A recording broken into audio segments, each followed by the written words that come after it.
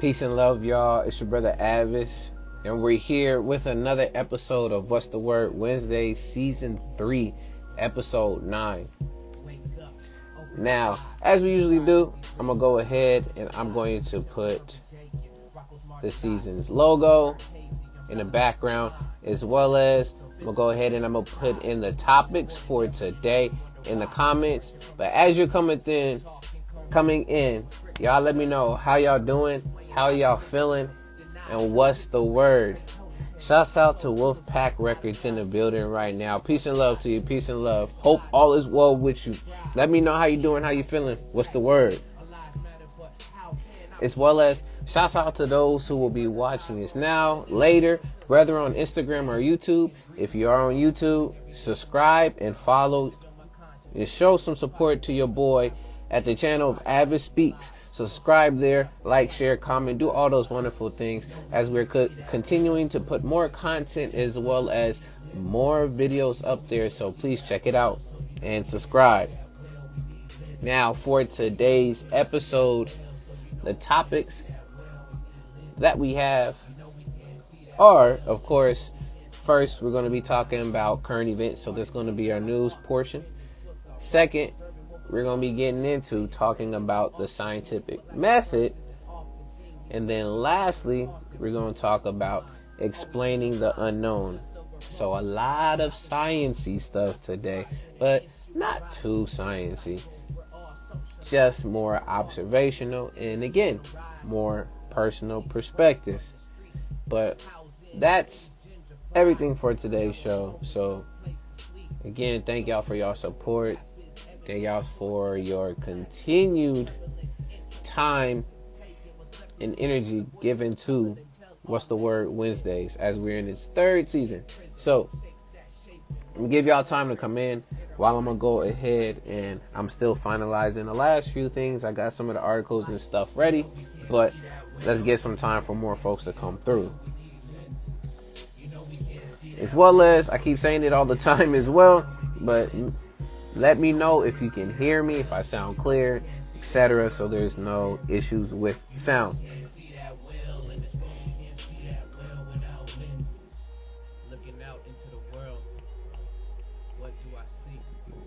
Oh.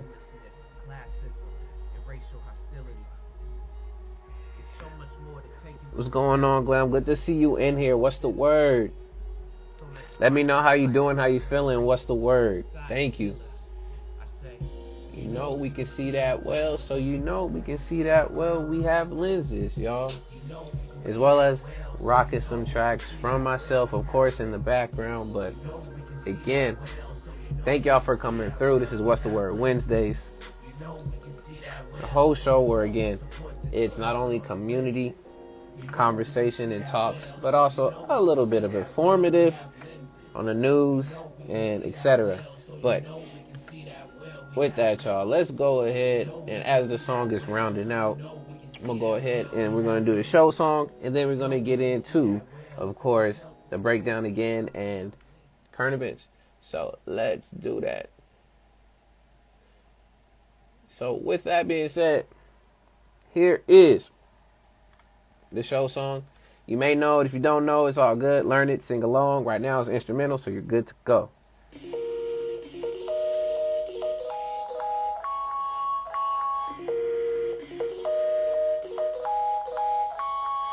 Oh, very soon, very soon.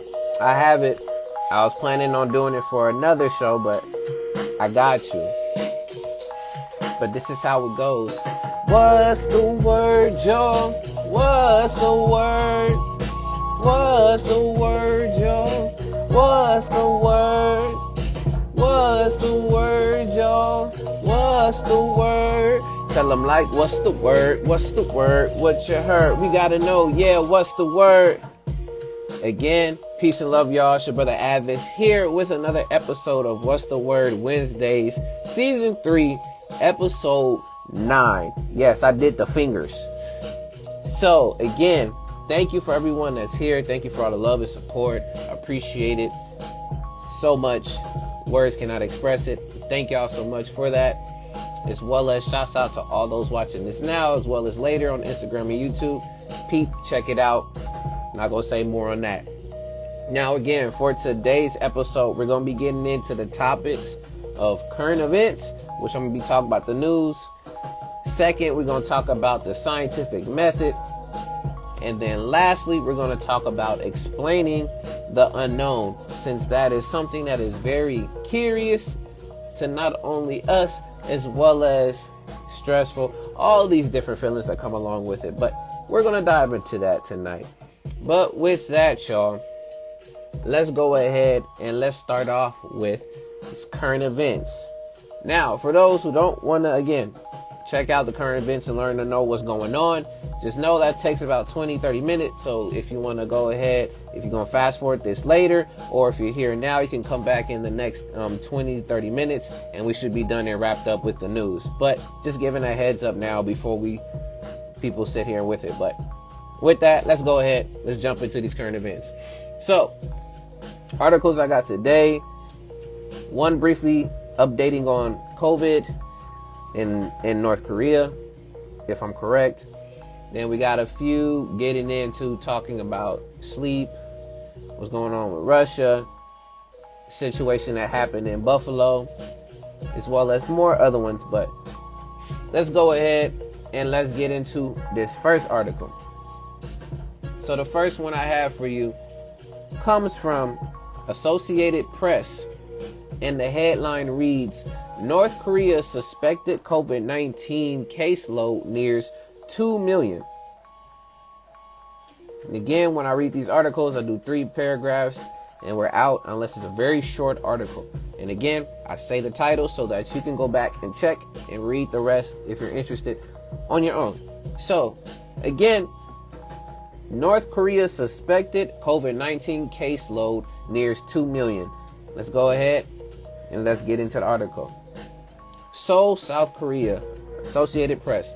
North Korea on Thursday reported 262,270 more cases of people with suspected symptoms of COVID-19 as its pandemic caseload neared 2 million.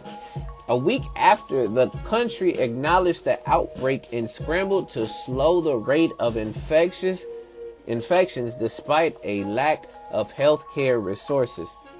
The country is also trying to prevent its fragile economy from deteriorating, but the outbreak could be worse than officially reported because of scarce resources for virus testing and the possibility that North Korea could be deliberately underreporting deaths to soften the political impact on authoritarian leader Kim Jong-un.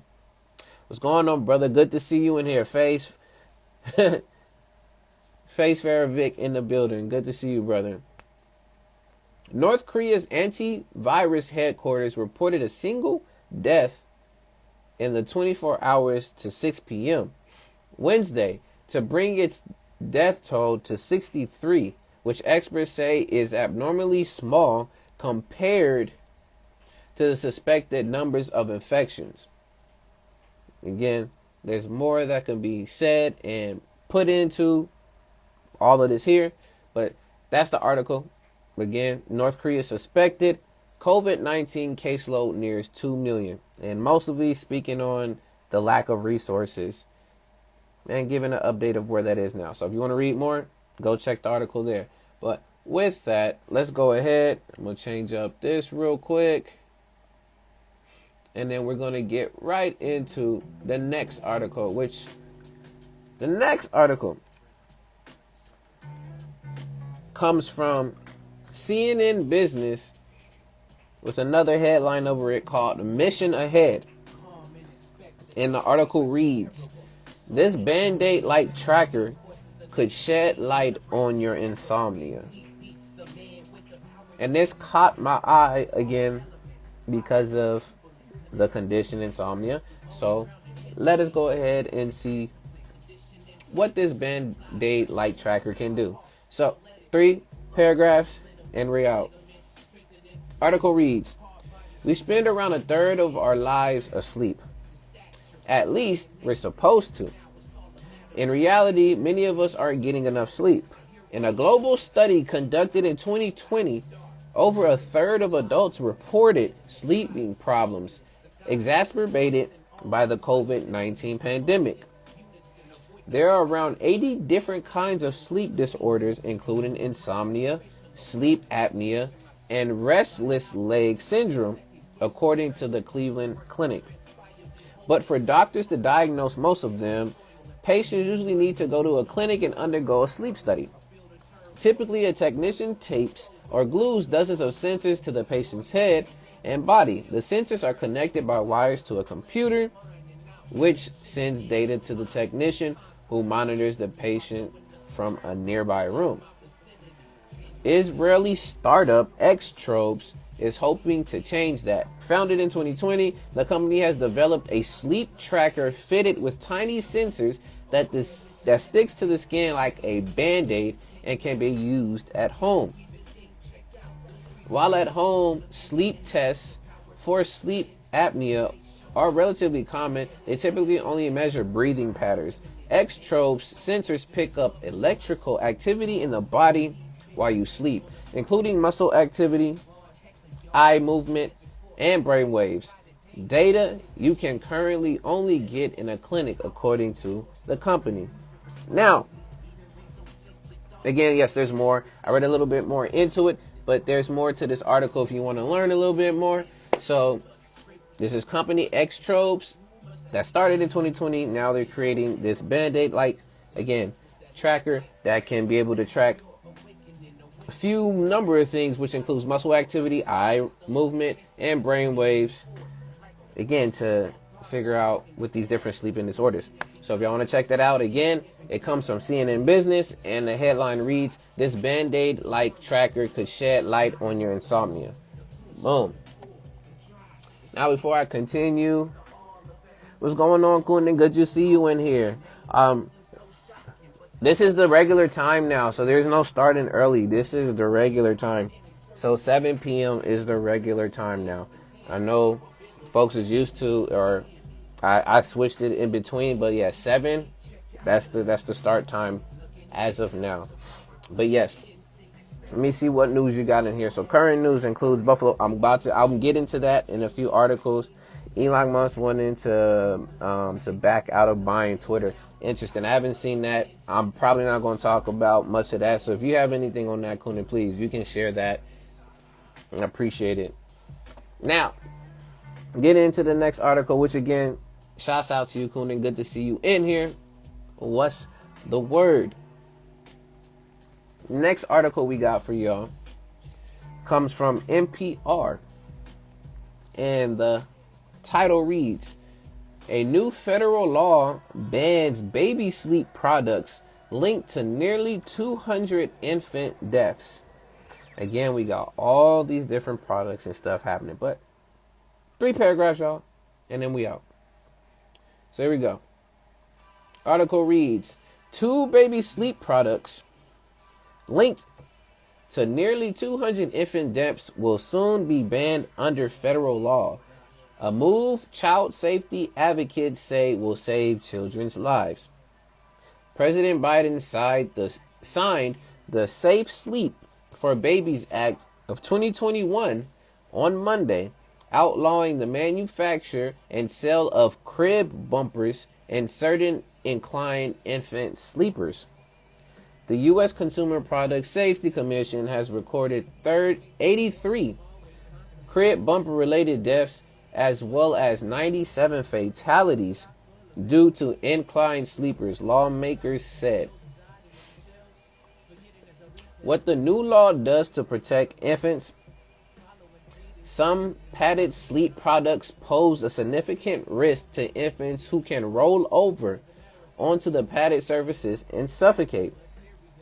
The legislation will ban inclined sleepers greater than 10 degrees that are intended, marketed, or designed as a sleeping surface for children up to age 1.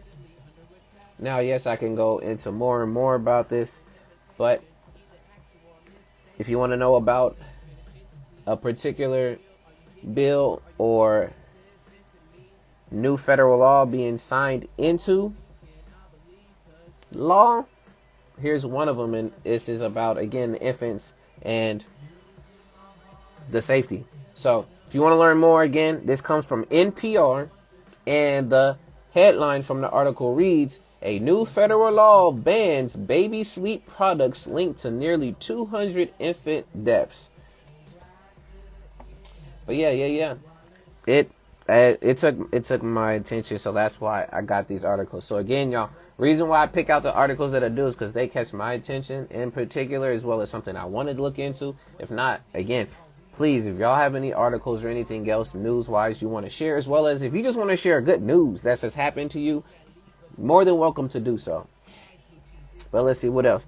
Said also GOP rep Cawthorn lost Republican primary, so he won't be in Congress anymore.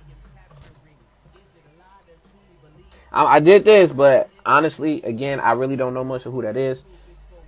That's my lack of knowledge on that. But yeah, I'll check that out definitely as well too. Now, moving to the next article. We have a few more, and then after that, we're going to get on with the show. The next article we have, again, this is updates, a daily update of what happened today in the Russia-Ukraine war. And I will just read, again, in this particular case with these updates, I just read the mini headlines or the subtopic headlines, okay? So, Russia-Ukraine war, what happened today, May 18th? First thing we got, a 21-year-old Russian soldier pleaded guilty to killing a Ukrainian civilian in the first war crimes trials of the conflict. So you have that. Second, Russia said 959 Ukrainian soldiers, including 80 wounded, have surrendered from Mariupol's Azovstal steel plant since Monday. Yes, again, y'all can get on me about my pronunciation on stuff, but that's also why you come here. I'm just playing. But that's the next one. It says Finland and Sweden formally applied to join NATO. So now Finland and Sweden are joining NATO. Next part. The U.S. Embassy reopened in Kyiv 3 months after suspending operations there ahead of Russia's invasion. Next one. Google's Russian subsidiary plans to file for bankruptcy following the Kremlin seizing the company's assets. So that's happening. And then the other thing, Russia moved to shutter the operations of the CBC, which is Canada's public broadcaster. As in trying to remove it so it won't be on their broadcasting. But yeah, so that's all that has happened on the 18th. But again, just know, yeah, y'all, there's still stuff going on with Russia and Ukraine. So even if you don't know what's happening now, I always check back in once in a while, see what's going on there. Because again, it ultimately has effect on the global economy as well as just the global thought, and as well as all different places it has an effect on it. So that's what has happened with the Russia and Ukraine war so far for today. All right, next article. Both of them are going to be linked to the same thing, but the next article I'm going to get into is about the situation, again, the shooting in Buffalo. Again, I'm only going to read 3 paragraphs, and then we're going to be out. But the first one for this, again, from NPR, and the headline reads, "The Buffalo community honors victims of the Tops shooting and calls for big change." Again, 3 paragraphs, and we are out. So, if you're not too sure what's going on, read this, and you'll get a sense. So, article reads, The community in Buffalo, New York continues to grieve and heal after Saturday's mass shooting by coming together. On Tuesday, in an empty lot just across the street from Jefferson Ave Top Supermarket, the site of the mass shooting, Crowds of people came together to honor the 10 deceased victims. 3 other people were injured in the racist attack. The shooter, inspired by a racist conspiracy theory, targeted the grocery store because it's a majority black neighborhood. His deceased victims were all black. That piece of the tragedy adds another layer of fear and grief to the community, according to Kelly Diane Galloway, a lifelong resident. Well, again, this is more here, but as a community member, Galloway wanted to create a safe place, a space for people to come together and heal. So, again, like I said, if you want to read more about the article and get deeper into it, because I don't want to read all of it here, to see what they did to come together after the mass shooting, NPR is the site. And the headline is, "The Buffalo community honors victims of the top shooting and calls for big change." Now, the second article, in conclusion to this, which, Lonnie, peace and love to you. Hope all is well. And what's the word? Let me know how you doing and how you feeling. Next one that comes along with this, again, comes from NPR. And the headline reads, "New York Attorney General launches probe of Twitch and Discord after Buffalo shooting." Interesting. So probe to figure out where did all of this rhetoric and things come from. So let's check it out. 3 paragraphs and we're out. Again, article reads, "The New York Attorney General's office said Wednesday that it has launched an investigation into tech platforms, including video streaming site Twitch, messaging platform Discord, and the anonymous message board of 4chan in connection with the mass shooting in Buffalo that killed 10 people. Time and time again, we have seen real-world devastation that is born of these dangerous and hateful platforms. And we are doing everything in our power to shine a spotlight on this alarming behavior and take action to ensure it never happens again."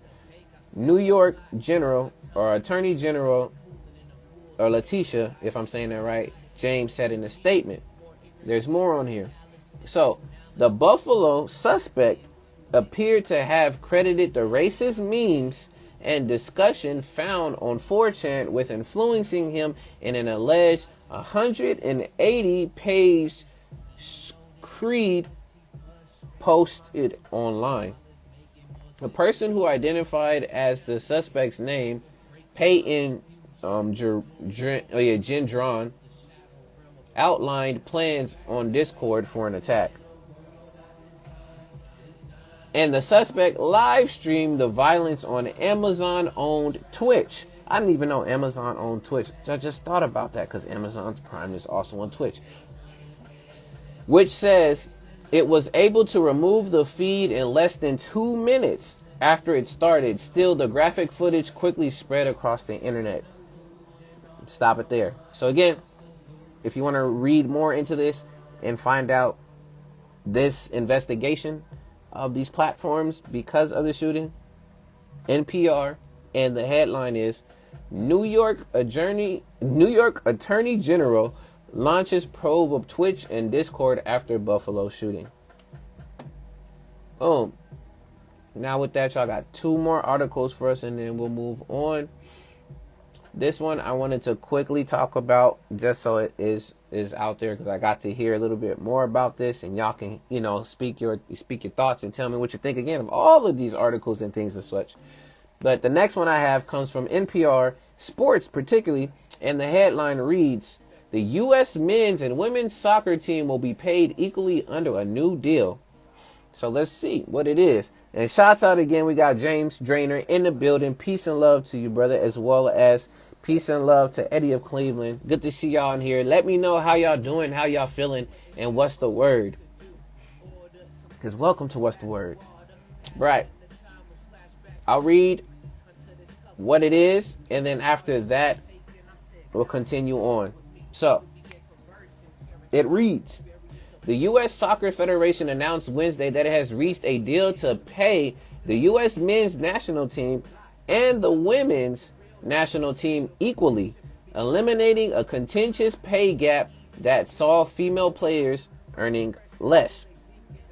The new collective bargaining agreement will run through 2028 and include the equalization of World Cup prize money, the organization announced. In February, the governing body and the women's team announced a settlement to resolve the long-standing pay dispute, which the Federation agreed to pay the two teams equally in the next union contract and give the women's team $22 million in back pay. So, basically, what is going on? If not, the U.S. team for both men's and women's will be equally paid in these upcoming, again, cups, etc., all the way up to 2028. Due to, of course, the wage gap between men and women's sports, especially in soccer, basketball, etc., but this is here in soccer. Again, you let me know your thoughts, how you feel, what you think. Is it a great move? Is it questionable? Where is this coming from? Etc. Overall, I just want to share that. But again, it's another step towards equal pay in various places, which some places is a myth, other places is very real. But here's one. Right. Last but not least, I saw this, and again, it popped right up in my feed, so I wanted to share this and look into it again because people have been bringing back up George Floyd's name again. So then now I have this article that popped up. But before I do that, yes, it said, bro, I'm good, man. How are you? I've just been grinding on music stuff and ready to drop this new stuff. That's what's going on. I appreciate that, bro. Thank you for sharing that. I'm doing well, my G. I'm living and learning, and I'm keeping it moving and pushing myself, man. So thank you for tapping in, as well as, yes, bro, do your thing, man. Please stay on the grind, stay focused, do what you got to do. Now, last article, again, comes from NPR. And the headline reads, a former Minneapolis cop pleads guilty to manslaughter in George Floyd killing. 3 paragraphs and we're out. A former Minneapolis police officer pleaded guilty Wednesday to a state charge of aiding and abetting second degree manslaughter in the killing of George Floyd. As a part of the plea deal, a count of aiding and abetting second-degree unintentional murder against Thomas Lane will be dismissed.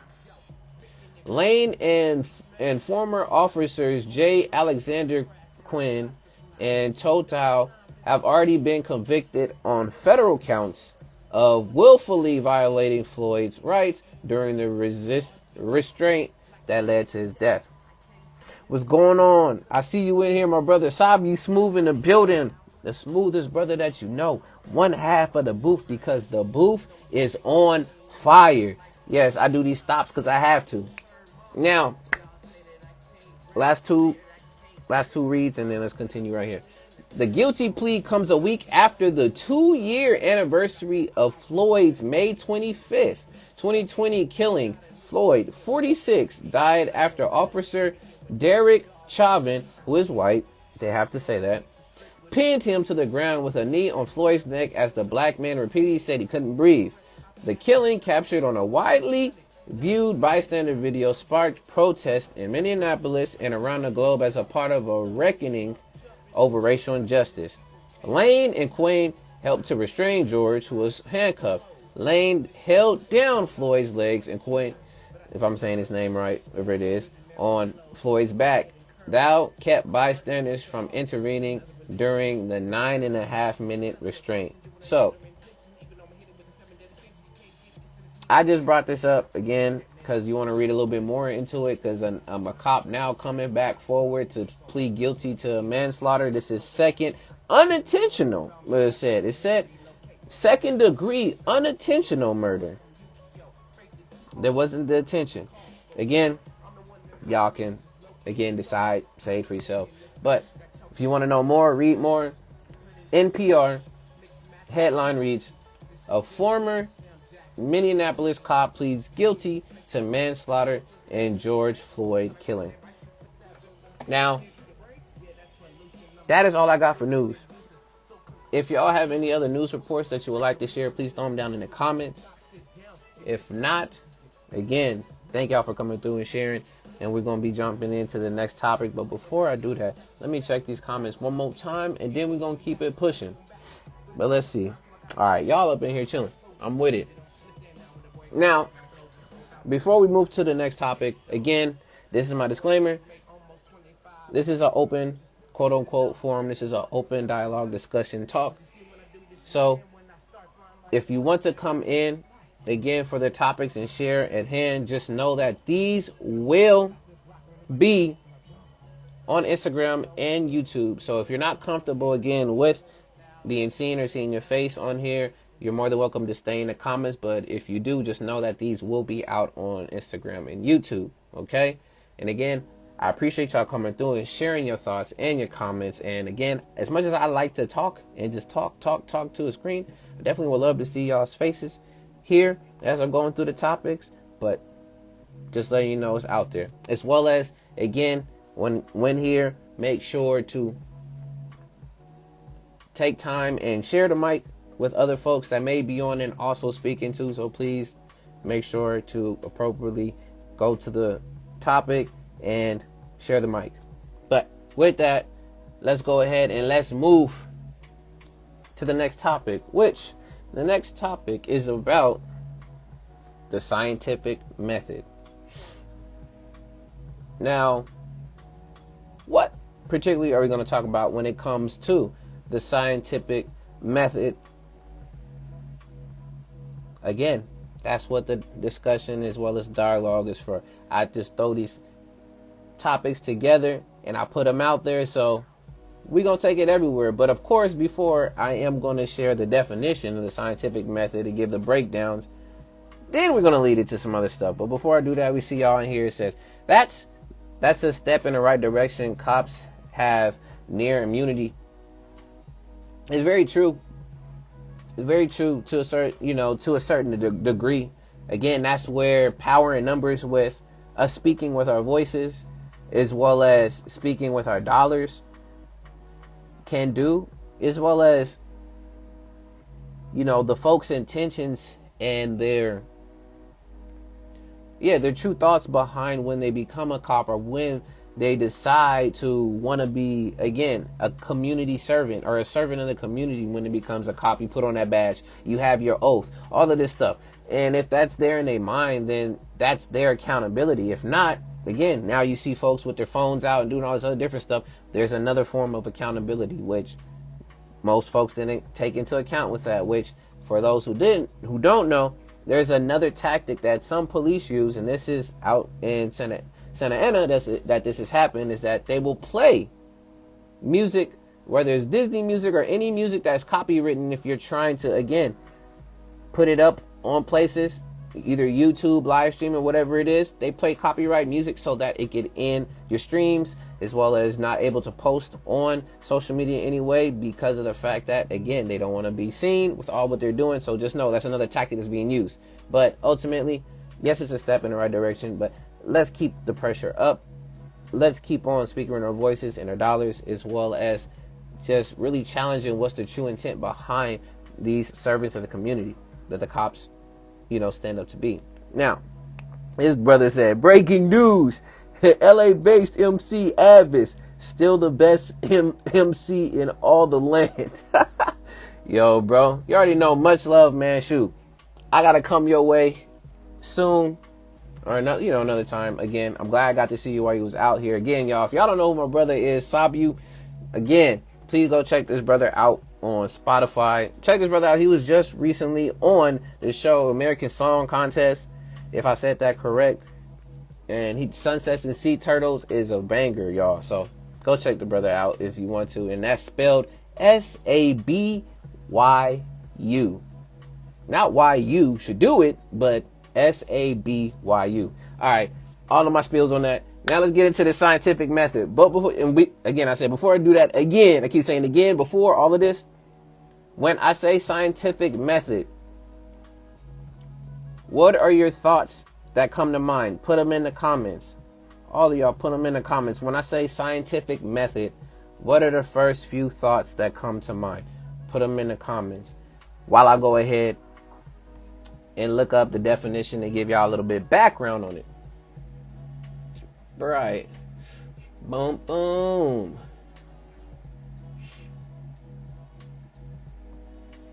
So I got two definitions to share with y'all when it comes to the scientific method. As y'all are putting it down, let's see what y'all get. The first one, it says the scientific method, and I'm doing this so we can have a basis to where we can start. The scientific method is a series of steps followed by scientific investigations to answer specific questions about the natural world. It involves making observations, formulating a hypothesis, and conducting scientific experiments. Scientific inquiry starts with an observation, followed by the formulation of a question about what has been observed. The steps of the scientific method are as follows: observation, question, hypothesis, experiment, results, and then your conclusion. Now that's the first one. The second one says the scientific method is a systematic procedure of deriving reliable information based on a combination of inductive and deductive reasoning, which is strengthened by experimental observation. For you with all these big words, again, basically you going through testing by what you observe and you see. Also based off of stuff that you already know in your knowledge base. So those are the definitions there. Now, where do I want to go with scientific method and why do I want to speak about the scientific method? I want to talk about it in terms of not only our everyday experiences, how it was developed, or at least not even going to say how it was developed, but those who were the key persons to develop this. Why is it still used today?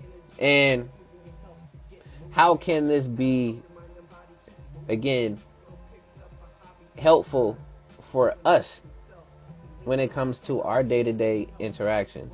And then it can go from there wherever we want to go and take it. But now, to get some more insight on the scientific method, I just looked this up. This is from reference.com. I can be completely wrong wherever it may be. Y'all can correct me. But according to reference.com, of who invented the scientific method, there's a few key notable figures within this scientific method that are stated. So it says the scientific method was developed and refined by several key figures in the scientific field. These notable scientists include Roger Bacon, Galilei, Francis Bacon, and Rene Descartes. I like to say Descartes, might be a different way. But those are the key figures within the scientific field that contributed to what we know as the scientific method now. Now, there's more breakdown to all these different names, but I'll tell you what it is. They say Roger Bacon published his theory on the scientific method in his work Scientia Experimentals, and Galileo is widely considered as the father of the scientific method. Francis Bacon became famous for his Novum Organum, while the discourse on the method contained Descartes' concepts regarding the scientific method. So all of these mixing and mashing, again, to create what we know as the scientific method nowadays.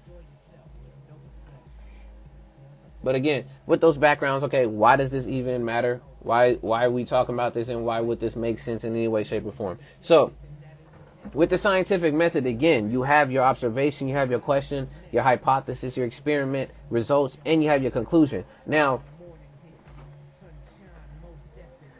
how this can apply to your day-to-day life, the first part of observation. That's what we do every single day when we get up where we're going. Whether if you're driving on the freeway, whether you are reading a book, whether you are at work, whether if you're watching your kids, whatever activity that you're doing, you have some sense of awareness. You're there, observing what's going on, what's happening. And that's how we not only formulate our opinions and our perspectives, but that's the beginning. Because then the second step, which talks about a question, that's how we also take our time to figure out what's happening in our situation, wherever our situation is. And what I mean by that, say, for example, I like using a driving example. You're driving in your car and you're getting onto the freeway. And for those who know, getting on a freeway sometimes can be tricky. It can be a hassle, as well as it can be dangerous if other drivers, as well as you're not paying attention and you're trying to merge while getting on a freeway. But again, you're observing yourself while you're getting on to merge onto the freeway. And then suddenly, as you're trying to merge, another car is trying to speed up past you and again, not letting you come in, and you almost end up getting into an accident. Next thing in your head, you're going to be thinking, man, what the heck? Why did they just cut me up? Number of things can run through your head when thinking about that. And with that happening and that type of questioning, again, in your head, you're figuring out, okay, why did this person in particular decide to cut me off? What was running through their head? Did they know that this could have been a huge accident? Why did they think that it was okay to do it? And again, you're questioning. After you observed this happening to you, now you question their actions and what they ended up doing. And after that happens, that's where the next step in the scientific method happens, which is the hypothesis. And your hypothesis in particular is basically an idea that is an explanation to what just happened, to what just happened in your life, the experience that just happened. So in that same example of you, again, driving onto the freeway about to merge and the car starts to speed up and not let you get in, you almost end up having an accident. You observe that was happening. You start questioning why would that person end up doing it, or you're, again, running through all those questions. And then after you have that, some people may come up with their hypothesis, or again, come up with their thought of like, okay, this person either is probably in a rush. This person maybe just does not care while they're on the road. This person needs to go back to driving school. Whatever it may end up being, again, coming from this scientific method. That's your hypothesis. Again, you're not going to go and then do like the rest of them, which is experiment, results, and conclusion. You're not going to go drive down this person unless, I don't know, road rage, I don't know. Whatever it may end up being, if you got time that day and you wanted to get time to do whatever ends up happening, I mean, you can do a whole scientific method on that particular incident if you want. But just for the sake of example, using these, that's an everyday occurrence that could happen. Just knowing how some of the stuff within the scientific method actually is just everyday observing what happens within nature. And shouts out to the brother Geologic in the building. I see you, brother. You're too late. So that's that, my G. We don't do the redos. It's too late, man. But reason why I bring up parts of speaking again about the scientific method again is because we talk about not only the natural world, but then we also talk about how science, helps back certain things. That's why we have our logic and we also have our emotions, and we share those things out to people, whether through our perspectives, whether through how we interact and engage, as well as just so that people can get reasonings to why we either behave and act in certain ways. This definitely helps. And shouts out to the brother Sincerely Notes the Truth, aka Read Notes in the building, y'all. Y'all go check out the brother as well too. Read Notes, that's RE, and it got the two dots, the colons. I don't know what to say on them, and then notes with a Z. Brother dropped a single called Message, so y'all gotta go check out the Message so you can get the message. But yeah, so again, we speak about what's natural and then scientific, and then we have, of course, religious affiliations, and then, you know, Scientology. Again, using a lot of this stuff to help us explain what is happening in the world around us, as well as how do we go about handling these situations. And the scientific method is more of, again, it's another method, the METH, the OD, that's more structured versus, of course, your own tools and your own reactions to situations. But this can be one, again, to help with not only reflecting on what has happened in your situation and giving you step-by-step ways to do so,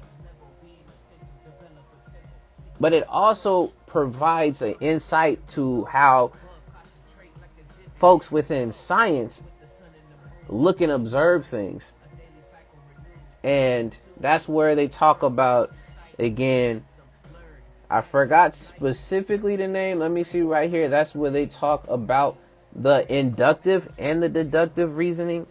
So talking about how it's inductive as well as what you can take away from it,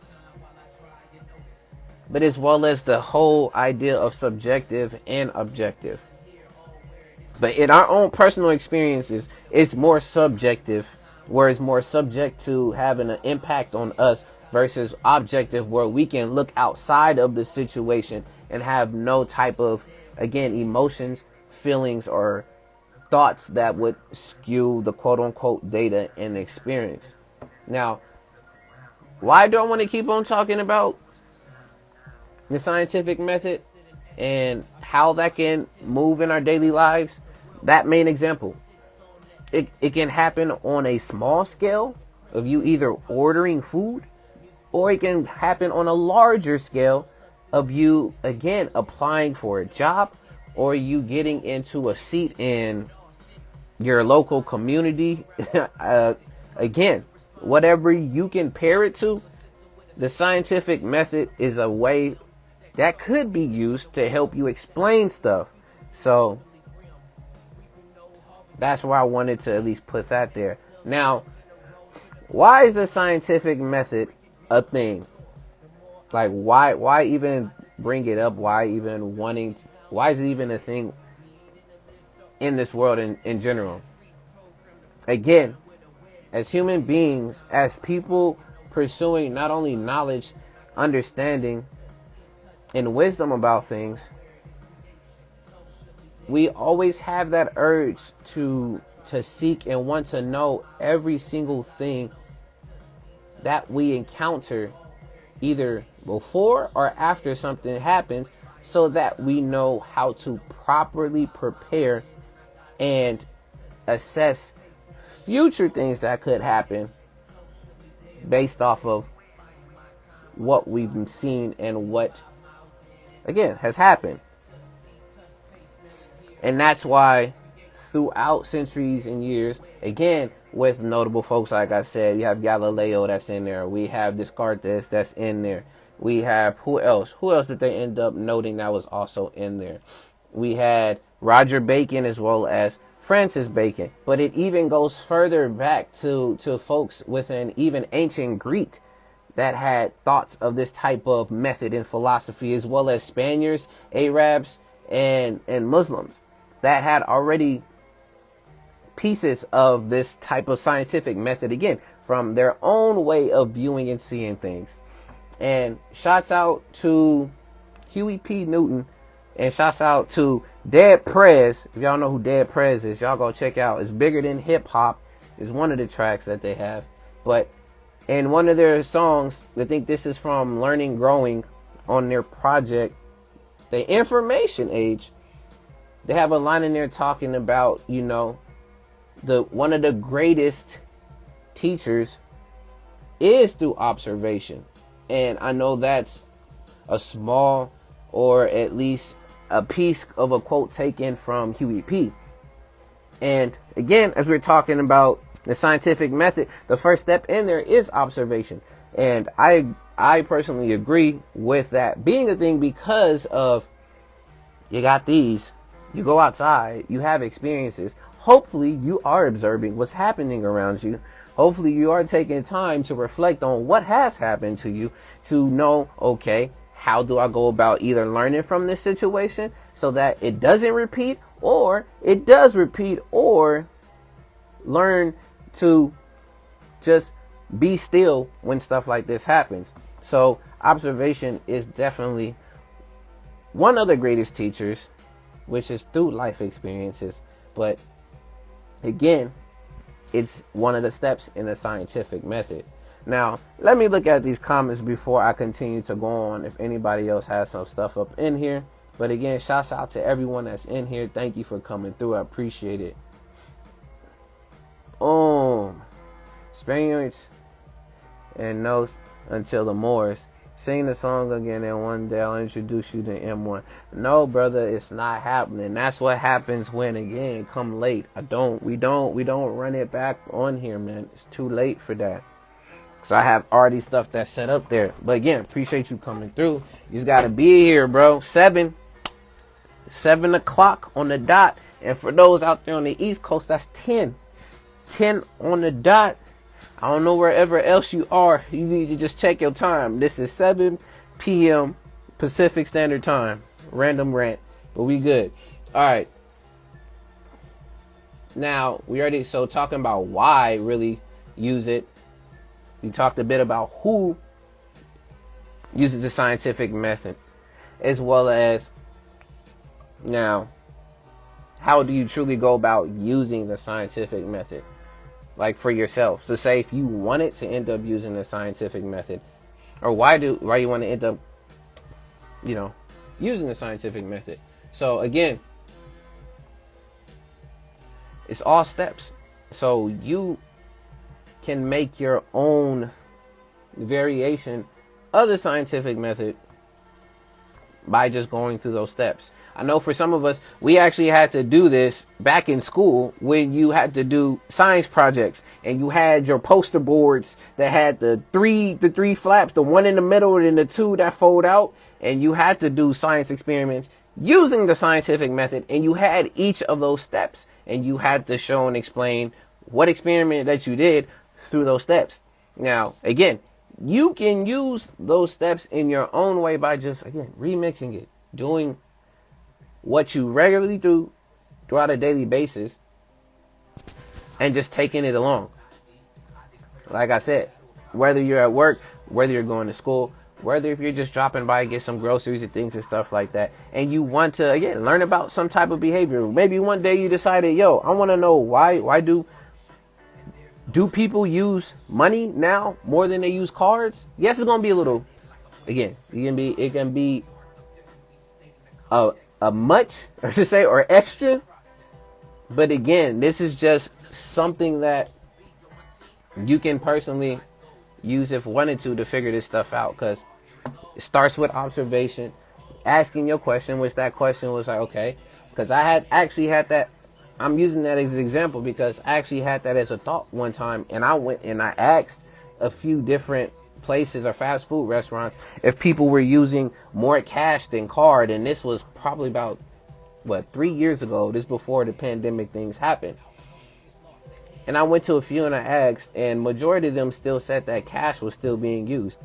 Card was used, but cash, they still got more cash than card. Now we're in a somewhat of a shortage, at least in California. I go to the banks and there's like a coin shortage. Sometimes there's some dollar shortages, but that's one of example of that. I went through, did that as my hypothesis, my experiments to go drive, and I went to different places, and I asked all the people in the front who was ordering after I ordered my food, and I asked, okay, yeah, do people use more of this, and that? And then I came back to my results that, again, more people were still using cash at that time than using a credit card or just a card to swipe. And then my conclusion is, honestly, there could have been more stuff that could have been done, but my conclusion to know is that, yeah, some people still definitely use money more than they use a card. For little small stuff like that. That's, again, for folks, if you want to, on figuring out whether if not you want to use the method or not. I'm not saying that you have to use it. I'm not saying that you need this all in your life and stuff. I'm just bringing awareness and just showing out it can have some type of application in your life, whether you want to use it or not, because we already do these steps naturally. Now they've just been explained, but of course we're not going to do it all formally like if we were a scientist going out, or a natural, or was that a social scientist, I should say, going out and do those things, unless you're doing content for YouTube. If you are still in school and they are still doing things like that in sociology classes, whatever it is, that's when this would apply. But again, at least it gives you a base to start and where to continue with this stuff. But let's see. Say I never did my work in school. These schools ain't teach us. No, it's very true. I know A.D.V.I.S. was on that 1,000%. Like 1,000%. I know they was on that. That's why, again, this is where I'll segment real quick with the scientific method and stuff when it comes to school knowledge, information, all this other stuff. When it comes to school, when it comes to knowledge and information, the place that provides the source, it's not always the main source to get it. And what I mean by that is, school is the source of knowledge, but then we also have YouTube. We have the internet. We have homeschooling. We have your own personal knowledge. You might have a number of books on your own. And you can go to school, but school may not even get any further into teaching you about a lot of this stuff. And you can go on YouTube and learn this stuff, at least now, in this age. Before YouTube, again, you had the library, you had encyclopedias, you still had books, you barely had online functioning, AOL, dial-up, things of that sort. But there was always ways, again, to access this stuff. And I'm saying this because, again, I'm not a fan of the school system just because there's a lot of flaws in it. But if you take the reins or you take the initiative to learn for yourself and grab the knowledge and take it, whether if you like school or you don't, that's where you're going to win regardless. Because you can start the beginning of that in school and do the rest in a different way and method that works for you.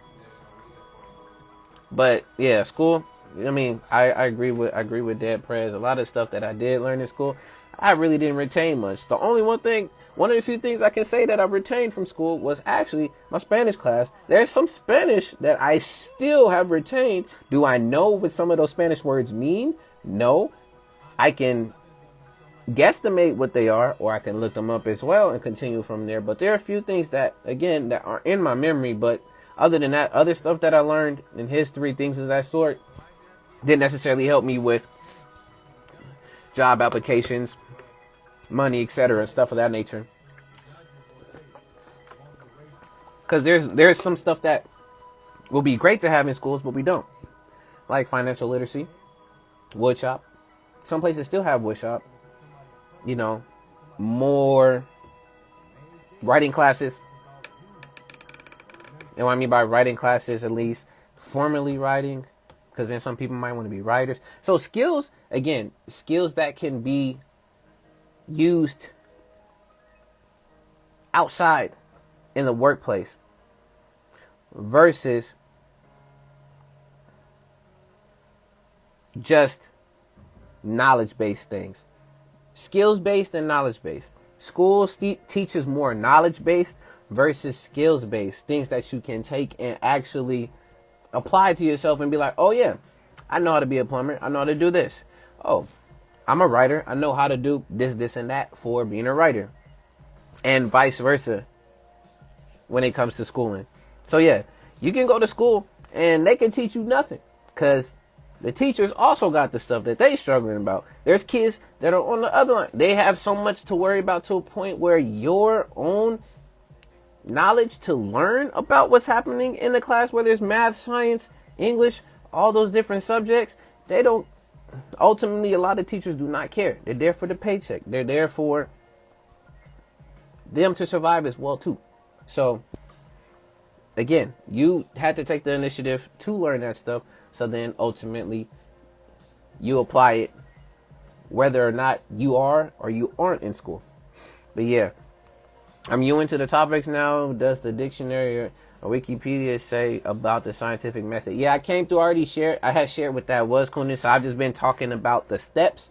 I already talked a bit of the why it's used, who particularly were accredited to the scientific method, or at least coming up with the ideas for it, as well as right now I was talking about particularly how it can be used, and it got into a segue of talking about school again. But yeah, so you say you're back. Hey, come in there, and brother, I see you all up in here being goofy as heck. They need a class on how to write in emojis. Do you agree? You talking to Notes? Notes is gone, my G. He dipped out. But I ain't even going to the comment on that. But with the scientific method, it can be used. You don't have to use it if you don't want to. But it's everywhere. It's literally how we grab and get data and the information that we have too on all these different social platforms. They use bits of the scientific method to help inform their business decisions and their actions and how they go about giving you content. They do through observations. They have think groups. They have all the questions that they have to ask. They do and run hypotheses. And some of these hypotheses or hypotheses, however you want to use the English, involve algorithms. And these algorithms are part of those hypotheses, and seeing if they change an algorithm, will it still have the same results of more people coming to check things out? Or we just got to run back a different thing.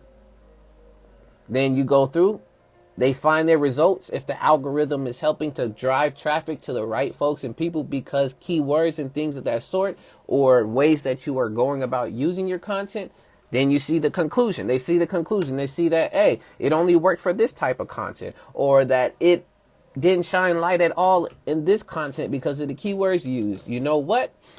My hypothesis was partly correct. So now let's make some changes and then let's run it back again. So they are using the scientific method on us, again, how to market more appropriately to us through not only our data and how they're observing our activity on the internet, but how they can get that to you in a very more effective way. And for some of us, that's annoying. You can pop up and get an ad about some shoes that you just went and saw on Amazon, etc., etc., etc. Can happen. But the scientific method, it's being used, whether or not, again, you like it or not. But it is helpful to give you some type of structure to be able to explain if you take the time to sit back and see what's going on and happening within your day-to-day experiences.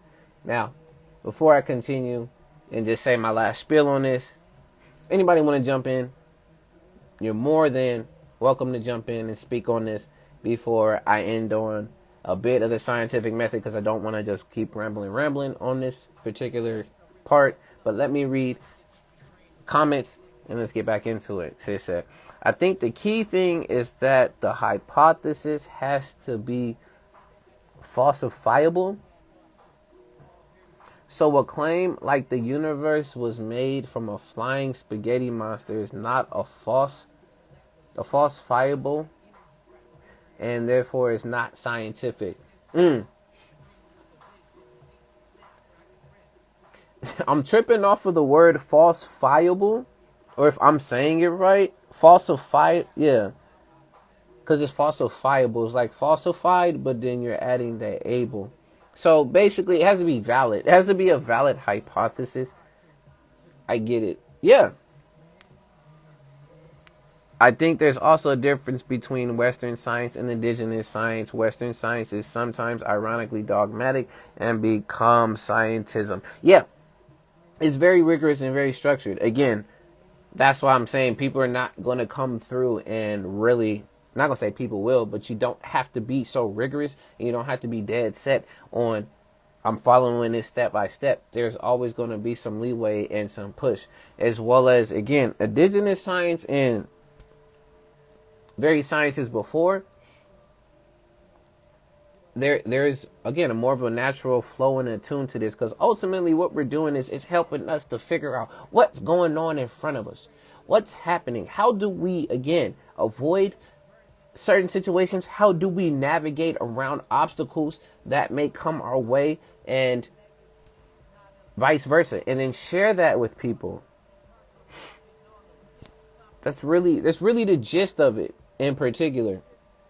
Now, whether we're talking about from Western to indigenous to Eastern to all various different places and their own thought around it, that's an observation and a method to look within itself.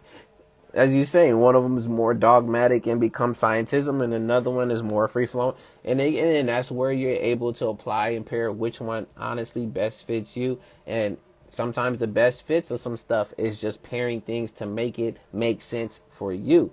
So then you can share it and you can explain it and you can tell people why this method in particular works for you.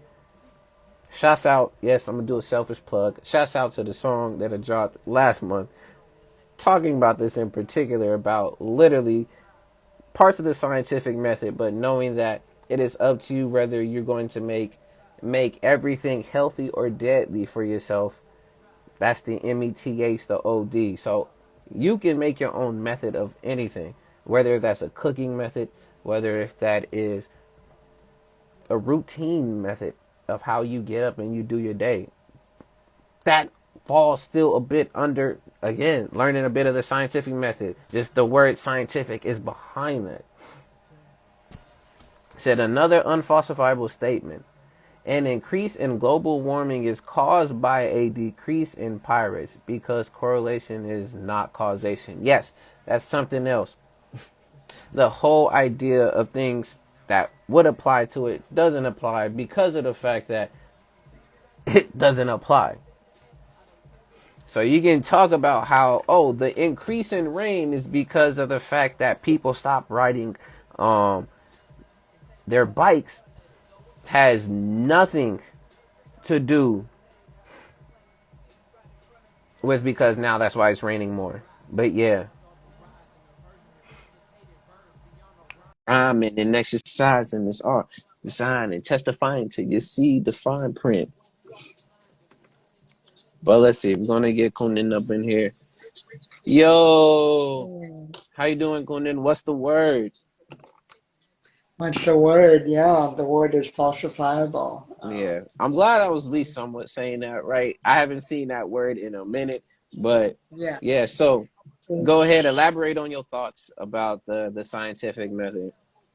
I love that. And there's actually a diagram on Wikipedia as well. So there's observation, question, then there's a research topic area, and there's the hypothesis. Then you test the hypothesis with an experiment, then Yeah. you analyze the data, um, and then you report the conclusions. Yes. And actually, one thing is missing in this diagram. After you report the conclusion, it has to be duplicated by other teams. And if Yes. other teams cannot duplicate your findings, then your data is nullified, Yeah, and it's thrown right? out. Yeah, Or not. that is very So, true. but I, but in these steps, my favorite word is falsifiable because it's a very like precise word. Yeah. It's different from the word verifiable. Yeah. Falsifiable means that it, it is something that can be proven false, Yeah. right? Because it actually makes, like, you cannot be sure, but at least it makes sense. The hypothesis makes some sense, Yeah. right? Whereas a statement like the universe was made by a flying spaghetti monster is just such a ridiculous statement, Yeah. right? That it's not at all falsifiable in the sense that you can prove it wrong, like, but you can't prove it right either. Yeah. So that's what it means by falsifiable. Like, Okay. yeah, Got you. Thank you. Yeah, thank you for clearing that up. And again, I didn't get too much into the technical aspect of the scientific method. Just kept it more at the general, which I'm glad that you did because again, if not, I would have been going in to a circle rambling on stuff. But one of the things that I did share earlier that I did want to at least share back with you is the few folks who were at least credited to adding to this known scientific method we can say within the Western hemisphere is Robert Bacon, mm, Galileo, which Galileo is accredited as the father of the scientific method in quotations, Francis Bacon, and then Rene Descartes, if I'm saying this right, or Descartes, or however again you pronounce it. I didn't go listen to any of these on Google, so I'm just doing it off of my phonics and reading ability, y'all. But I definitely agree with you when it comes to a scientific method, especially if you are doing it to provide data to the greater population, not more of a personal, data for yourself. I did keep it more in the personal, but if you're doing that for a general population, it has to be able to be duplicated. Because if not, it can fall into, again, a lot of these fallacies within the data, which honestly, you can go check this stuff, okay? Instagram, YouTube, don't get on me about this. There's articles out there where folks talk about how there is data that is skewed from all of these methods just to prove points to the manufacturers of different items that their item is either not only verifiable in what it provides, but it's also healthy and it shows results to help people and the things and et cetera, et cetera. Where there can also be counters, but again, that's a whole nother different thing. yeah, yeah. Yeah, like I like the scientific method as far as the Western version, which is what we're talking about, Yeah, in the sense that it keeps me grounded. It keeps us all grounded. Uh, because especially in the spiritual community, there's so many ridiculous claims. mm. Um, and so that key statement about it needs to be falsifiable keeps you grounded, and also knowing the difference between correlation and causation, Yeah, right? That's also key, and that actually helps you be free from the confirmation bias, yes, right? bias. Yup. And a lot of other biases, but especially the confirmation bias, because that bias is used to prove ridiculous things like the law of attraction, for example, Yeah, when people say, like if you think about a red car, you see red cars everywhere. Like especially if you think of buying a red car, and people use that to confirm the law of attraction. I was like, no, it's not the law of attraction. It's just confirmation bias. It's yeah, like you confirmed in your mind of red cars, so your mind is confirming for you everywhere. yes. That's confirmation bias. And before you continue to, my own story on that, on this type of confirmation bias is for folks now. I work in a warehouse and I wear the orange little suit that's the little caution so people can see whether you're like construction and you're working. Once I put that on, I swear to y'all, everywhere that I would go, I see folks that are wearing those same type of things, whether if it's an orange one, whether if it's a yellow, green, black. Right, there you It's go. like Yeah, I never noticed that so much regularly when I wasn't wearing it, but then now since I do wear it, I'll go to a shop and I see like four people wearing it. I'm like, why have I not paid attention to this before? But again, that's an right, example. exactly. You only see what you pay attention to, and conversely, you don't see what you don't pay attention to. And there's an experiment done. Actually, this experiment is done in every seminar that I've attended, like Mm, where they have you like watch a video of two teams, I think, playing basketball or football or something like that, yeah, and you're asked to count the number of passes between the balls, right? yeah, And then after that, the seminar leader will like shut the video down and ask the group, hey, so like how many passes were there between the balls? And people will be like 15, 16, 17, whatever, right? And then they would ask this shocking question, which is, so who saw the big black gorilla? Oh, I think, yo, wasn't that a Yeah, YouTube? Because I think I yeah, it's seen on a, YouTube. Yeah. And then they show the video again. yeah, And not only is there, a person in a big black gorilla suit, that person was like right in front of the camera, right in the center. The person even thumped their chest yeah, and walked out and nobody saw it. yeah. Wow, yeah. Why do you think that is, at least in my instance, and yours as well too, I don't want to speak on it, is that's just true. Is that you only observe what you see and you don't end up observing what you don't pay no mind attention to. Why do you think that is? I think it's the other side of confirmation bias. Like I think our brains, there's a little, like an actual like physical mechanism in the brain called the reticular activator, Okay. and it deletes, distorts, and generalizes everything. Mm-hmm. So the brain is receiving billions of bits of data, but it only has the capacity to actually process, I think, 256 bits per second or something like that. Yeah. So that's a small percentage of all of the data it's receiving that it can actually process. So if it were to receive everything and process everything it did, it would fry the brain. Yeah. So how it processes is it deletes the starts, generalizes. Mm, So when you're told you only focus on the passes between the balls, it literally deletes the big red gorilla. mm.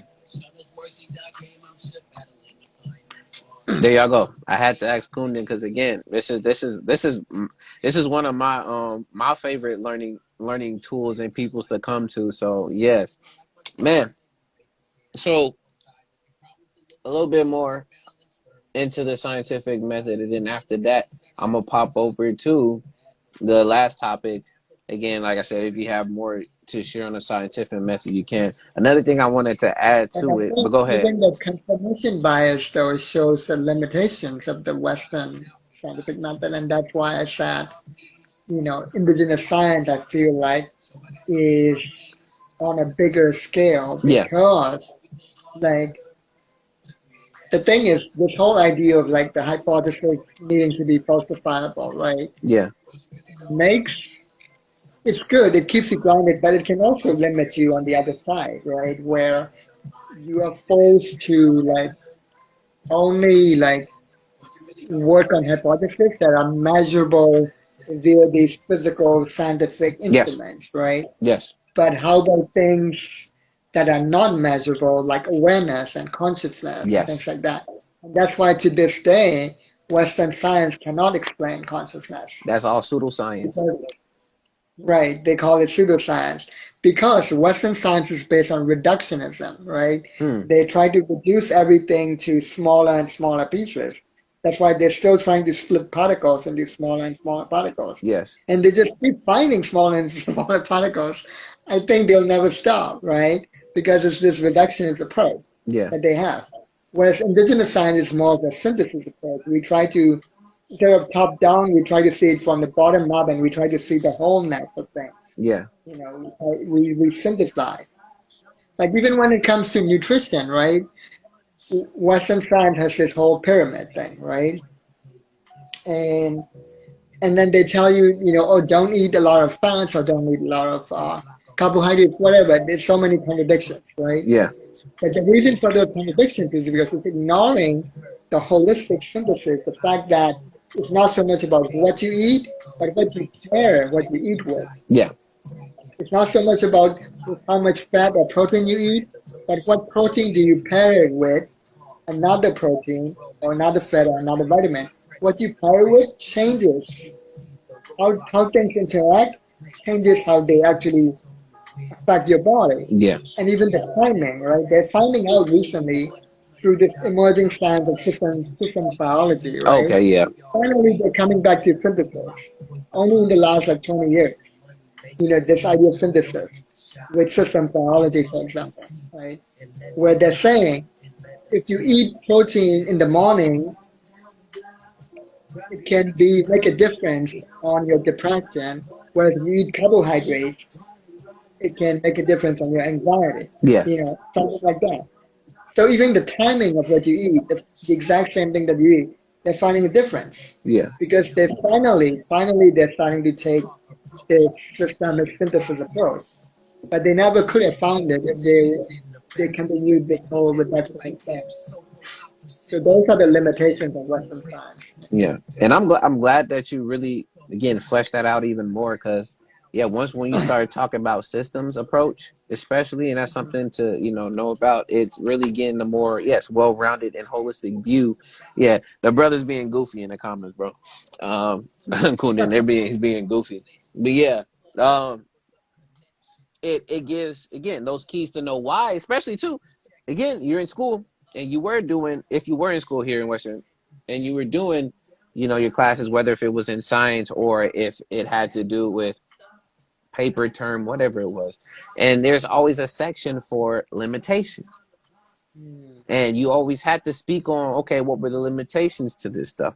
And again, it's all within that framework. Because again, if you can't think outside of the box, you're confined into that box. So anything that is outside of that box that you can't really go out and get, that's a part of the limitation. Which, speaking to again, the more, like you said, indigenous and other ones that are more wide range with the holistic view of trying to encompass things and learning it from all different types of sides and approaches.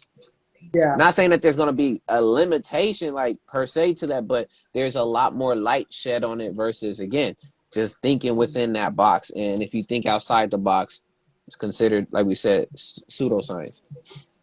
right, yeah. Another thing that they ignore is what's known as poetic insight, right? Because again, that's considered pseudoscience.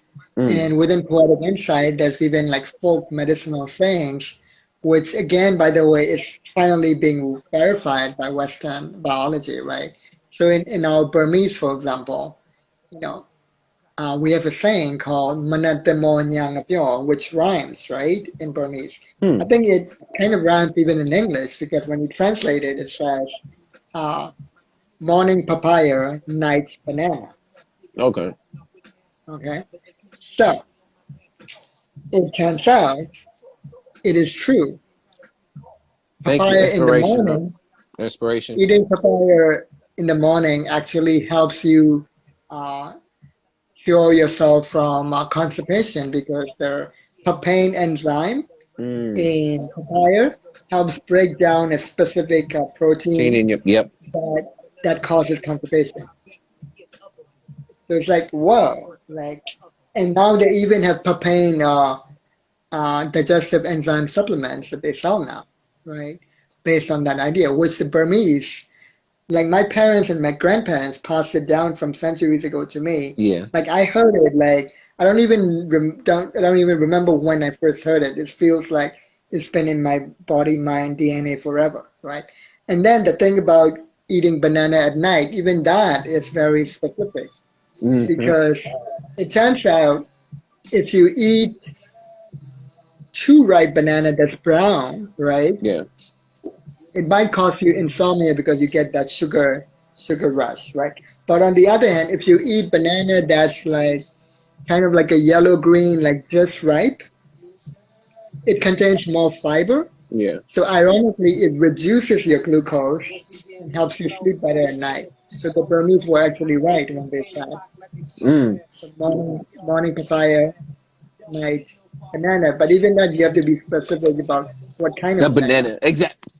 Yeah, You already knew. yeah, That's where I was just about to go. I'm like, yeah, because nowadays these Chiquita bananas that come here and they're in the stores, they're been modified. They're loaded with sugar. You don't get the right. natural bananas from places which again would verify, or I should say, would not you falsify that statement in Burmese like Right. that. But yeah, that's very again not only scientific, but a lot of this stuff again naturally has happened and it's naturally been going on, and now we're coming around to again not only try to use this method, but ways to really figure out and know how this really applies. Because I saw that there was, and this is on Instagram, I didn't get to verify this myself, but there was a fruit that was found in Melbourne, Australia, that actually has properties within it that can help cure cancer, or at least be able to not only treat that. And they finally found this fruit going further into you know the Amazon, or the forests that are out there in Melbourne to find this particular fruit. Now, is that going to be shared all over the place for people to know that? No, only a niche of people, folks, will know that. While at the same time, of course, you got deforestation and things of that sort happening because Yeah. we know our system, but or at least the system here in the West, we know how it moves around. It can work. It said, "Dang, quarter water bananas." And being toothpaste. Yeah, I mean, you got Yeah. it's just being mindful. But again, whether you're using it as a tool to help you understand your day to day interactions, or you're just not, you'd be surprised that your own natural reactions to events that happen in your life also happen to have similar steps in the scientific method. And it doesn't have to be as rigorous. Again, it's only personal to you until you decide to share information like this out where it has to be able to be duplicated. As well as the other thing I will say too, within a method and also doing testing things of sorts, another limitation that can happen, especially within Western sciences and methods, and we've talked about it before, is the halo effect. Mhm. And I know that's also another name for it too. But Like in they appeal particular, to authority, so appeal to authority, right? when it has to do with the person or the peoples and groups that you're observing, and depending on the experiment, the person changes their behaviors to again meet the experimenters ideas of what they should look like versus just them being who they regularly are, is because either there is an incentive that, see, that's the other thing, there's incentives and there's other variations that are thrown into these methods that can also skew information. That's why again, the rigorousness of using this type of method, again, that's why I kept it from a more personal. But if you're trying to really use information that you're doing to help other people, you got to take into consideration all of this stuff, Mhm. at least using the Western method. If you're gonna go the indigenous route or wherever it may be, you gotta learn. I I have to learn as well too. But Yeah. Yeah. anything else you got on the scientific method before we move over into the last topic for tonight, Kundan? Yeah, the other thing is, I think the Western method is always about disconnecting or separating away from nature and being superior to nature, right? Conquest over nature. And that's one of the reasons why they rely on external instruments, right? Because Mm, they don't believe in themselves or they don't believe in nature. Whereas the indigenous method is more about this direct awareness kind of thing, right? yeah. So, for example, like There were, I believe, in the Philippines or somewhere in the Pacific Islands. There used to be indigenous people who could sail, the seas, Yeah. everywhere by looking at the stars and also just through direct awareness. They were just aware. They didn't need these instruments like the astrolabe and all of those things that they were using. And when the Western colonizers came, they couldn't believe it, and they thought themselves to be superior, and they considered them Mm, to be savages and simpletons. So they banned this type of sailing. They wow. literally banned it, and it's just basically pretty much erased from history. And I think there's very few people who know how to sail in that way now. Even though in reality the indigenous way was actually superior. I mean, what's better? Like just direct awareness, right? Like it's almost like what's better, like telekinesis or using a robot to lift an item? Wouldn't you Mm, rather have telekinesis, right? It's kind of like that. That's how I see it. mm. It's yeah. It's and I and to continue with that thought that you had there too. That's where a lot of the things that we do learn within this westernized system, they all pair together in some way, shape, and form. Because a part of this system as well too don't truly give you the tools to do that self work. You have to go to somebody to go help and do that. Brother versus you can be the first person to start to do that. That awareness is the first key to go through and to do so. So adding to knowing that, I mean, shoot, is it sometimes better for you to literally think and go back to situations that happen in your life and learn what methods can work for you versus going to a therapist or going to a doctor or going to someone again who does have some type of credibility telling you that this only works for you and this can only do that and that can only do that versus you being able to experience and find that for yourself again using more so of a not say per se artificial way but another type of synthetic way to treat and know more about you versus you do the inner work and then reach out to where things make sense for you and then you pair it and then you come to find out that your grandmother grandmother grandfather had books on different remedies and different ways of living that happened way back when that now it used to be a different name back then but now what they call it nowadays is oh this and this term and you're like oh now that makes sense and it just goes back so it's a replica of nature trying to be natural, but it's artificial Exactly. within Yeah. nature. Exactly. Our science and even the technology that came from our science was actually more advanced because it was in harmony with nature. And because it was more in harmony with nature, it was actually more simplified, right? Mm, So a good example is architecture, right? yeah. So Hindus have our own like Vastu architectural system, kind of like our own counterpart to Feng Shui, right? To the Chinese Mm, Feng Shui. And I think the Chinese Feng Shui came later actually.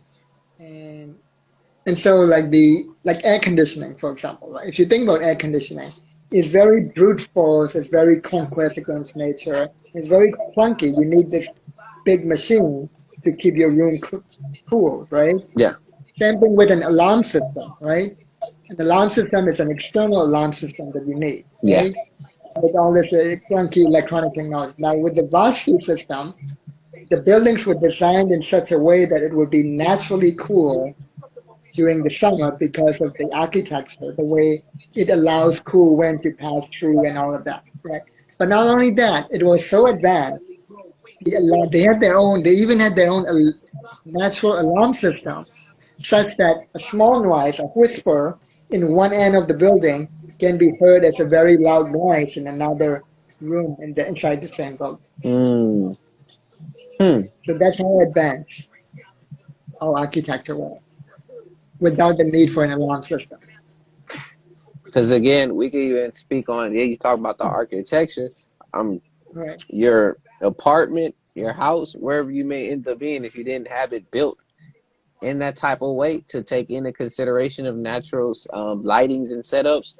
Our houses are not built to really naturally help Oh us yeah, really. this cement is actually very primitive technology. They considered our mud houses to be primitive, but now they're going back to the mud houses now in India, and they're showing. There's actually a woman who's showing that actually mud houses are actually more advanced technology. Hmm. And she's even building luxury houses made of mud just to prove the point. This architect is doing that in India now, because people tend to think of mud houses as little huts, right? Yeah. So now she's building literally like luxury houses from mud just to prove a point and try to change the narrative. Yeah. Y'all heard it here. But Mhm. yes, anything else that you have on scientific method? Because I know you had a use on your role. So I want to know if you still got a bit on there before I do move over. Because I mean, I've spoken a lot So, earlier. That's why. So once yeah. you come in, I'm like, I I don't want kind to of repeat. getting into the segue too, also explaining the unknown. And there's just one more thing, along these same lines, right? Along the same lines of clunky technology versus simple technology, right? Hmm. That's actually more advanced. If you look at computers, right? Yeah. The original computers, the first computers, at least in the West, right? Prime Minister, thank you. Was, hi, Prime Minister. The original computers were as big as entire rooms. I think they were as big as buildings, actually. No, Hmm. they were as big as rooms. They occupied whole rooms, and they were made with these vacuum cubes. And same thing with television. They were made with these huge vacuum cubes. They were very big, right? Yeah. And then computers became smaller and smaller, right? First we had the Atari, right? Hmm. My first computer was an Atari. I don't know if you remember this. I don't know how old you are, but I've I'm heard showing of my it. I age. would say, have I seen one through pictures, but not in person. Yeah, I'm showing my age already. It is So yeah, all my good. first computer was an Atari, and then finally we had the Windows PC and the Apple computer, which became smaller, right? Hmm. So she was the Apple was a very flat computer, right? And then now we have computers in the palm of our hands, right? Yes. That at one time only a government could have this type of advanced computer, Yeah. and it was as big as a room. And even those computers that were as big as a room is not as advanced as this one that's as small as, right? Yeah. Now, from our indigenous Hindu perspective, similar to Vastu, what's been happening is that it's an evolution towards what we once already had, energy machines without moving parts. Yeah. We're slowly taking out the moving parts. We're having less and less of the mechanical moving parts and becoming smaller and smaller. Yeah. More and more of the holographic technology, which apparently some of my teachers claim that the Hindus kind of once did when they were doing our murtis, right, which Hmm. the colonizers called the idols, right? Okay. These murtis were actually the original energy machines without moving parts because they could be infused with a certain kind of intelligence with with which the human beings can have a direct awareness and develop specific abilities similar to what the Filipino sailors did with their sailing abilities. Mm. Again, you want to speak? I can even go into that point too of now where a lot of this even originated from of really them studying the body and figuring all of that out that this is the supercomputer right here and Right, yeah. making a This is physical our magic manifestation mirror. of it. Yeah. This is a technological magic mirror, right? And the fact that the term magic mirror has been in fairy tales for centuries, Yeah.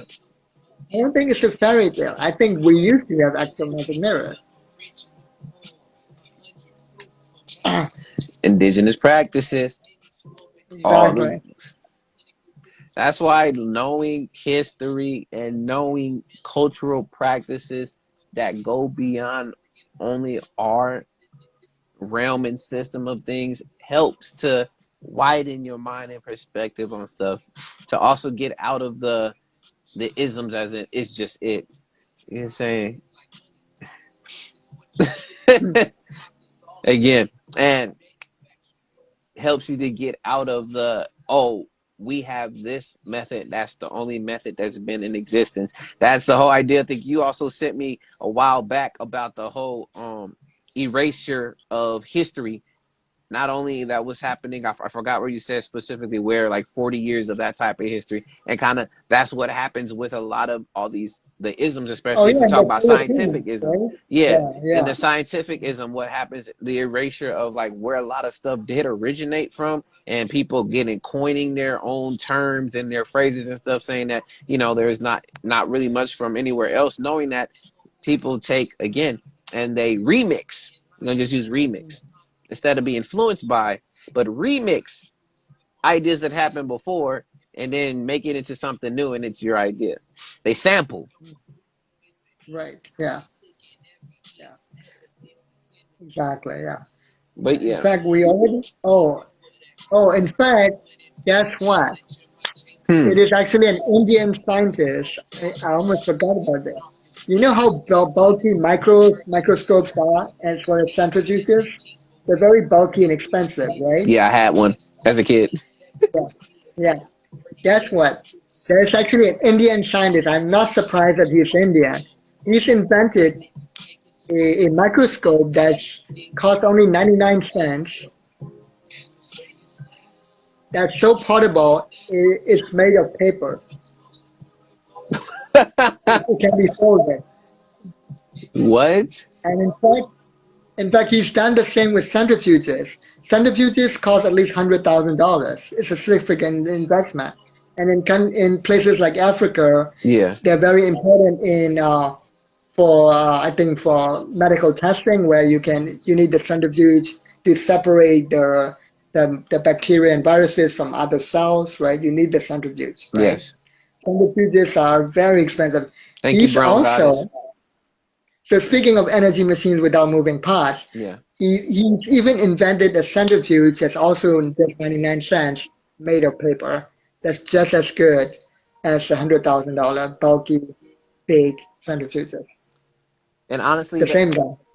Yeah. and that honestly gets more and more further into not only Nikola Tesla's free idea of the Tesla coil and free energy, but it the whole concept too, in the quote or saying of history repeats itself.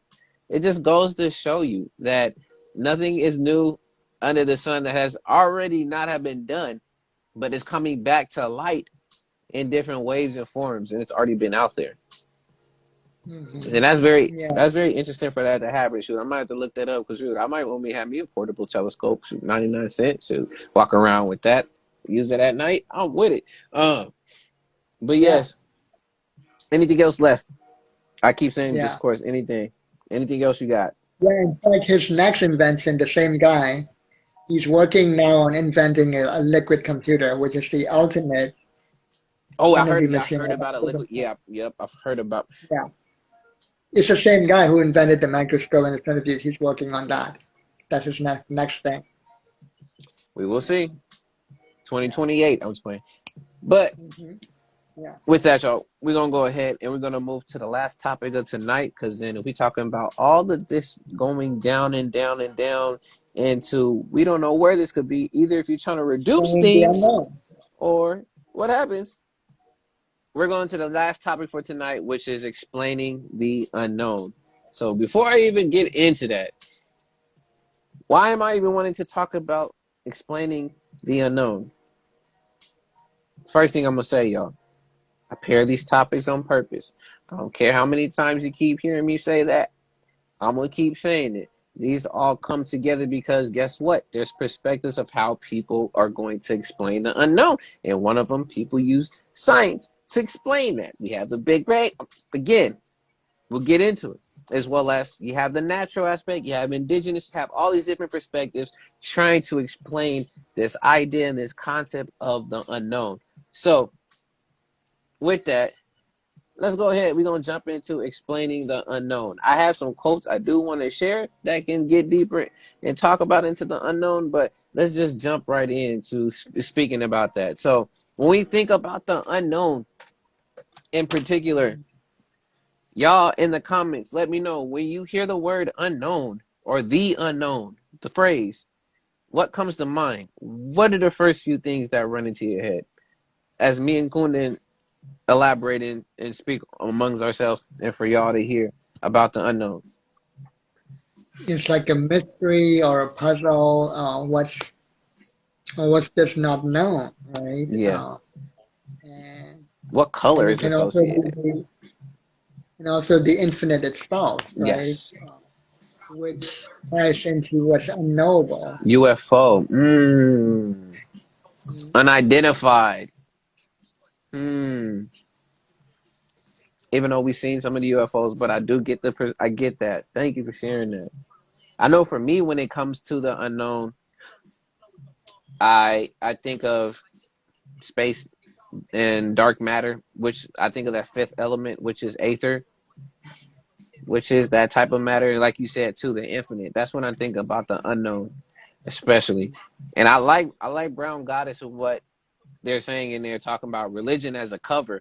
That was always one of my questionings of my whys to why is there's no understanding or understanding about the unknown within religion. It's just this mysterious magisterium, what is called, at least in Catholicism, and it's so amazing and hard to explain to the human person that it just has no way to be explained in human terms, where I was always just like, what? So you can never explain it through human terms, but then it's just this thing that you're in awe, and even though you can't explain it, so how can you even use words to explain it? So how can you say awe to explain it? How can you call it a you see where my thoughts and my logic go around with that. But yes, I agree with that one. It's that government and what's really going on in the NWO, for those who don't know the NWO New World Order. But yeah, It's more of don't get on me. Don't a get on me, formula. YouTube. Don't get on me, Instagram. You have channels on your platform. You have videos on your platform of different presidents talking about the New World Order. So don't get on me. But I see my cousin in here. What's Yeah. going on, Cuzzo? Prolific Hands in the building. Shouts out to you, my G.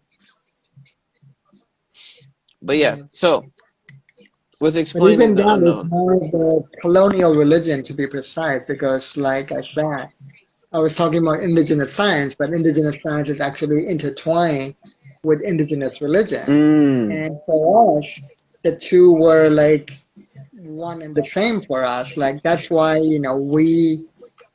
we Hindus, we invented the number zero.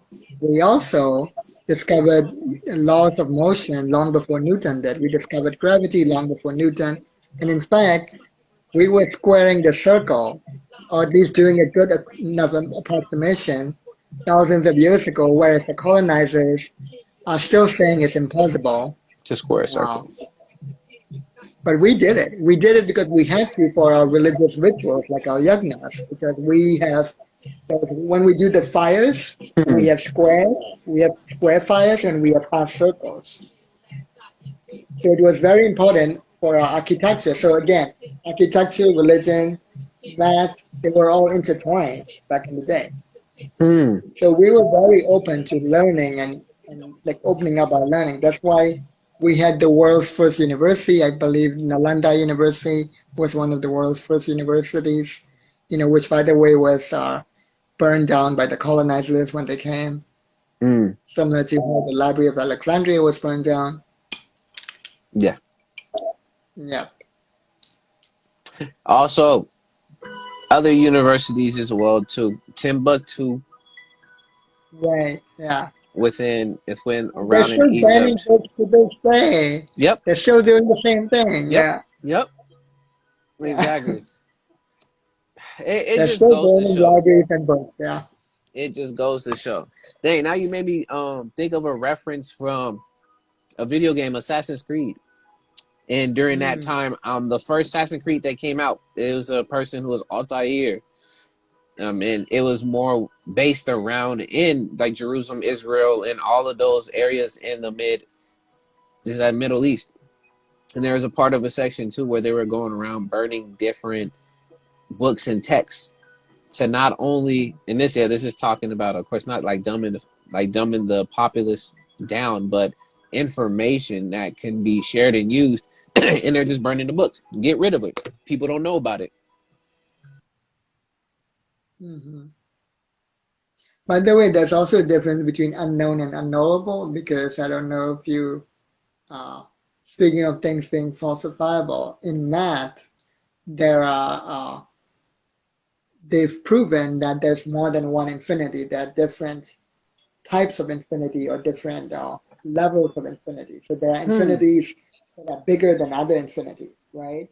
So as they were exploring that, they hit upon something called Gödel's incompleteness theorem, which basically Gödel back in the day proved that math is fundamentally incomplete, Mm. and that there are some statements that can be neither proven true nor false, meaning they're forever unknowable. Mm. Okay. Do you have an example? Well, it has a lot to do with infinity, right? Like how much can we know about infinity? Yeah. And also, I think related to that, there's also Gödel's inconsistent theorem, in which he asks himself, is math consistent? Hmm. Okay. Yeah. But yeah, I said all things are incomplete and infinite. Yeah. Hmm. See, that's a whole. See, that'd be something Yeah, else. A whole I certain found that. situation. But go ahead. Go ahead. Share that. So Gödel's first incompleteness theorem is that any consistent formal system F within which a certain amount of elementary arithmetic can be carried out is incomplete. That is, there are statements of the language of F which can neither be proved nor disproved in F. Mm. Mm. Ah. Yeah. No. Now y'all just really just having a thought And in it's my head. related to the liar paradox, apparently. The what paradox? The liar paradox. The liar? So, yeah, the liar paradox. So a statement like this sentence is false, right? Yeah. Or a statement like I'm a liar is a loop, it's an infinite loop. If you Yeah. think about it, think about the statement this sentence is false. Is it true? If it's true, then this sentence is false, then it's not true, right? It boggles your mind. But is that statement false then? If it's false, and this statement is false, then it's true, then then it's false. You know what I mean? And that's where you start getting into deep thought of it's Yeah. just going over y'all going down into the rabbit hole and stuff. Oh man. Right. Yeah. But And ultimately, yeah, that's at the heart of Gödel's incompleteness theorem. makes He's sense. proving that math and on a fundamental level is basically like the liar paradox. There are parts of math that can never be completely known. Like it's unknowable. Mm. Yeah. It's honestly our growth is always incomplete. Even to the day that we again pass on and leave. Like it's always going to we our whole ideas of not only just of shapes, but of experiences, knowledge, wisdom, and all of that stuff is always going to be incomplete. We think it's complete to a certain extent, and then boom, something new shows up and ends up happening. So yeah, that's very interesting of a loop and unknown of known to know. Even if you think you know what the unknown is, then you find out that there's more in the unknown that you don't even know about. The whole idea too of that saying that that I don't know if it was Socrates or if it was Plato, whoever in particular. I think Socrates is popping to my head. Basically, being that a wise man knows that he knows nothing, and then a fool that he thinks he knows everything. Hmm. It really comes to, and it comes down to that in that whole instance again for me at least to put it into my head of that example you gave. Wow. But moving into that, I got some quotes I just looked up randomly. these are some just it's just inspiration quotes that have to do with an unknown. Maybe this might prompt some more talk into the unknown because yeah, we haven't talked specifically. Okay, what is truly the unknown? But I mean, we said some things, but to get more into it, so there's a few of them I'm going to read. I'm not going to read all 20 of them, but there are a few of them that's on here. So the first one on here says that the unknown always passes for the marvelous. Mm. The second one I have on there is replace the fear of the unknown with curiosity. Sometimes you find yourself in the middle of nowhere, and sometimes in the middle of nowhere, you find yourself. Going into the unknown is how you expand what is known. And this one is by Julian Smith. The other ones were all anonymous. But those are a few before I continue jumping into. Um, that's what we're doing right now. And Julian's particular quote right now is that we're going into figuring out really what the unknown is to really know what's really known. Um, that's why we have our explorations into space in particular, trying to figure out what is really truly out there, whether if Mars and any other places and spaces within at least the Milky Way, because we talked about the Andromeda. And again, a lot of this stuff that we may think that we know about, or at least has been spoken to us about, there might be 4, 5, 6 different layers on top of that again we don't know about. But that's again what we would say called scratching the surface. But even in that same instance, going down into the sea, deep down in the depths, we have not went to go touch the particular sea floor bottom. And is there even really truly a sea floor bottom all the way at the end? Is it just a whole bottomless pit or chasm that is just holding water in as well too? Again, I'm just throwing this stuff out, but So go ahead. in that, I feel like there's a psychological equivalent to one of the one of the subsets of math, right? Yeah, So there's something called calculus, right? So given that some statements are undecipherable or unprovable, as Cordell proved it, yeah, in math there's an invention called calculus, yeah. where it's for measuring the surface area Uh huh. of things that are very hard to measure, including the infinite as well, right? So like a coastline, for example, right? A coastline has so many curves, right? Yeah. And so many edges that it's very hard to measure it. So with calculus, you use calculus to come up with a close enough Yep. approximation where Yep. you divide it into smaller parts. It's called the process called differentiation and integration. First, you differentiate into smaller and smaller parts. You find the area of those small parts, Yeah. and then you integrate them, right? There's cosine. I know there's So, cosine and tan. Like there's all these right, different that's type of part of calculus. yeah, Yeah, that's when you get into geometry and trigonometry. It's all related to calculus, yeah. right? So, what's the psychological equivalent of calculus? In my view, that's storytelling. Mm. That's the closest to the unknown as you can, and even the unknowable as you can psychologically. Mm. Because storytelling gets you into the heart of the mystery without frying your brain.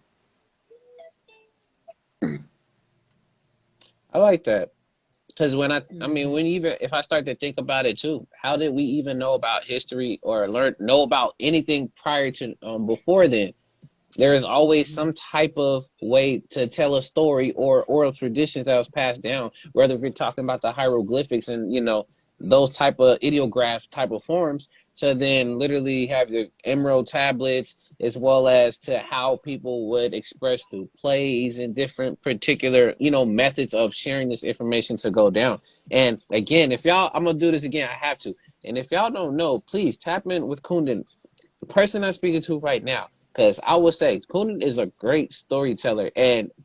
there's so much information within storytelling that brings both, of course, the entertainment value, but also underlying truths that you can pull from it Mhm. that Kundan does an excellent job of doing. So, if not, if you're here on Instagram, please go and check out Akashic. Well, Akashic, I gotta see it again in there because every time he keep passing by. That's why I always say that storytelling is not how you escape reality, but how you navigate reality. Yeah, but man, man, it definitely is, because that also in my head as I'm thinking right now, because I'm looking up. That's where that's where we have the whole setup too of our if then type of statements, because of the fact that we're not sure what could actually happen, because there are so many different variables that can affect what could happen, and then some of those variables again that we don't even know.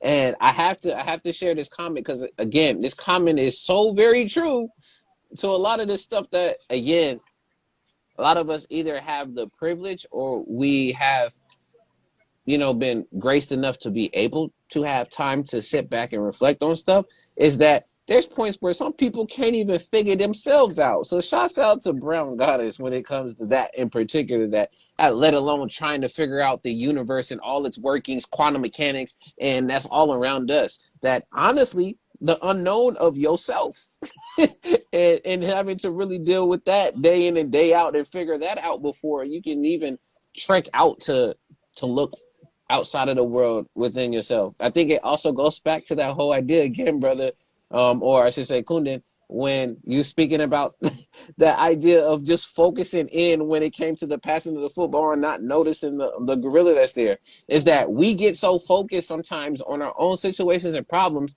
that we haven't even looked in to see how we can deal with them. But then after that, we look on the outside and then wonder where everybody ended up going. It's because we haven't even got to, let alone figure our own self out in the situation. Hmm. But yeah, it's That's why it's so important to like do simple awareness practices like observing your own breath. I think I've told this story many times, and some people are probably tired of this. But Yuval Noah Harari, right, when he first started his practice of uh, observing his breath, right, the yeah, simple awareness practice.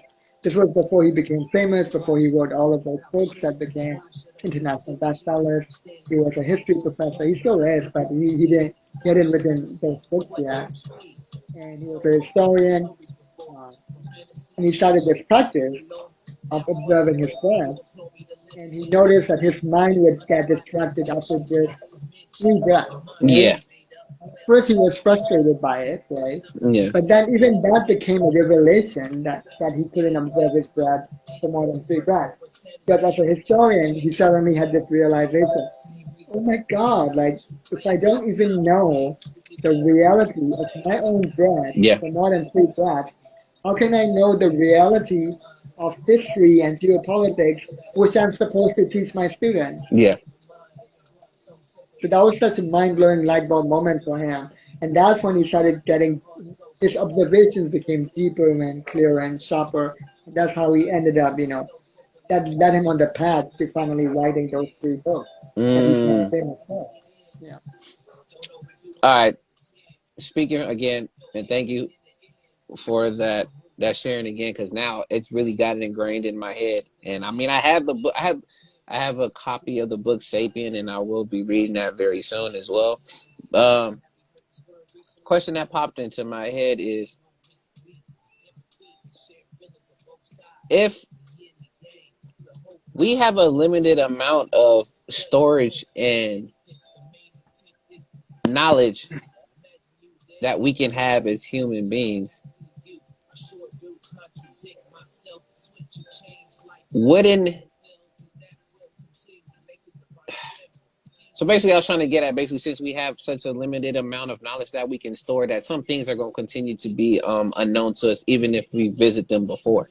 That's why my point I Mm. was trying to get to, but the question didn't want to come out and phrase it. But is there a way to sidestep or to circumvent and get around that?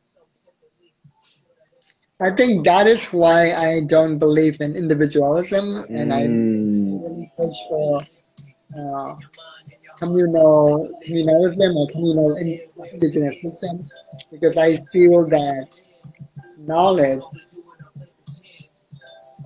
because there are things that are not just unknown but unknowable, Yeah. just as that are proved, right? That, and also because of what I said earlier about the reticular activation system, right? The way the brain deletes, discards, and generalizes. I feel that we need checks and balances from each other Yeah. to verify and falsify and things like that. Uh, so I feel like we need communal knowledge systems similar to the indigenous oral systems as well, right? Yeah. Including those. Like the Burmese saying, right? Manate mo nyanga ngabyo, right? It was just passed down, right, Mm. from generations ago, which now turns out to be, you know, proven by Western science, right? But we knew we didn't need that proof. We Yeah. knew intuitively deep down because it was passed down. It was passed down because they originally did their own research, right, in their own way. I don't know how they did it, how they found out, right? Yeah. But through generations of trial and error, they passed on this vast knowledge, you know, without all of these complications about proteins and things that we now know, right? Yeah. We just pass it down as a simple, like, four-word statement, right? Morning papaya, night banana. And I feel like we need more of those kinds of systems that are more communal, and that's why we need libraries as well, Yeah. right? We need more of this collective, interactive system that's not so like hyper individualistic to Mm. really find the unknown, to get to the shores of the unknown and explore more of it. Yeah. That's yeah. I highly agree with you on that 1,000,000%.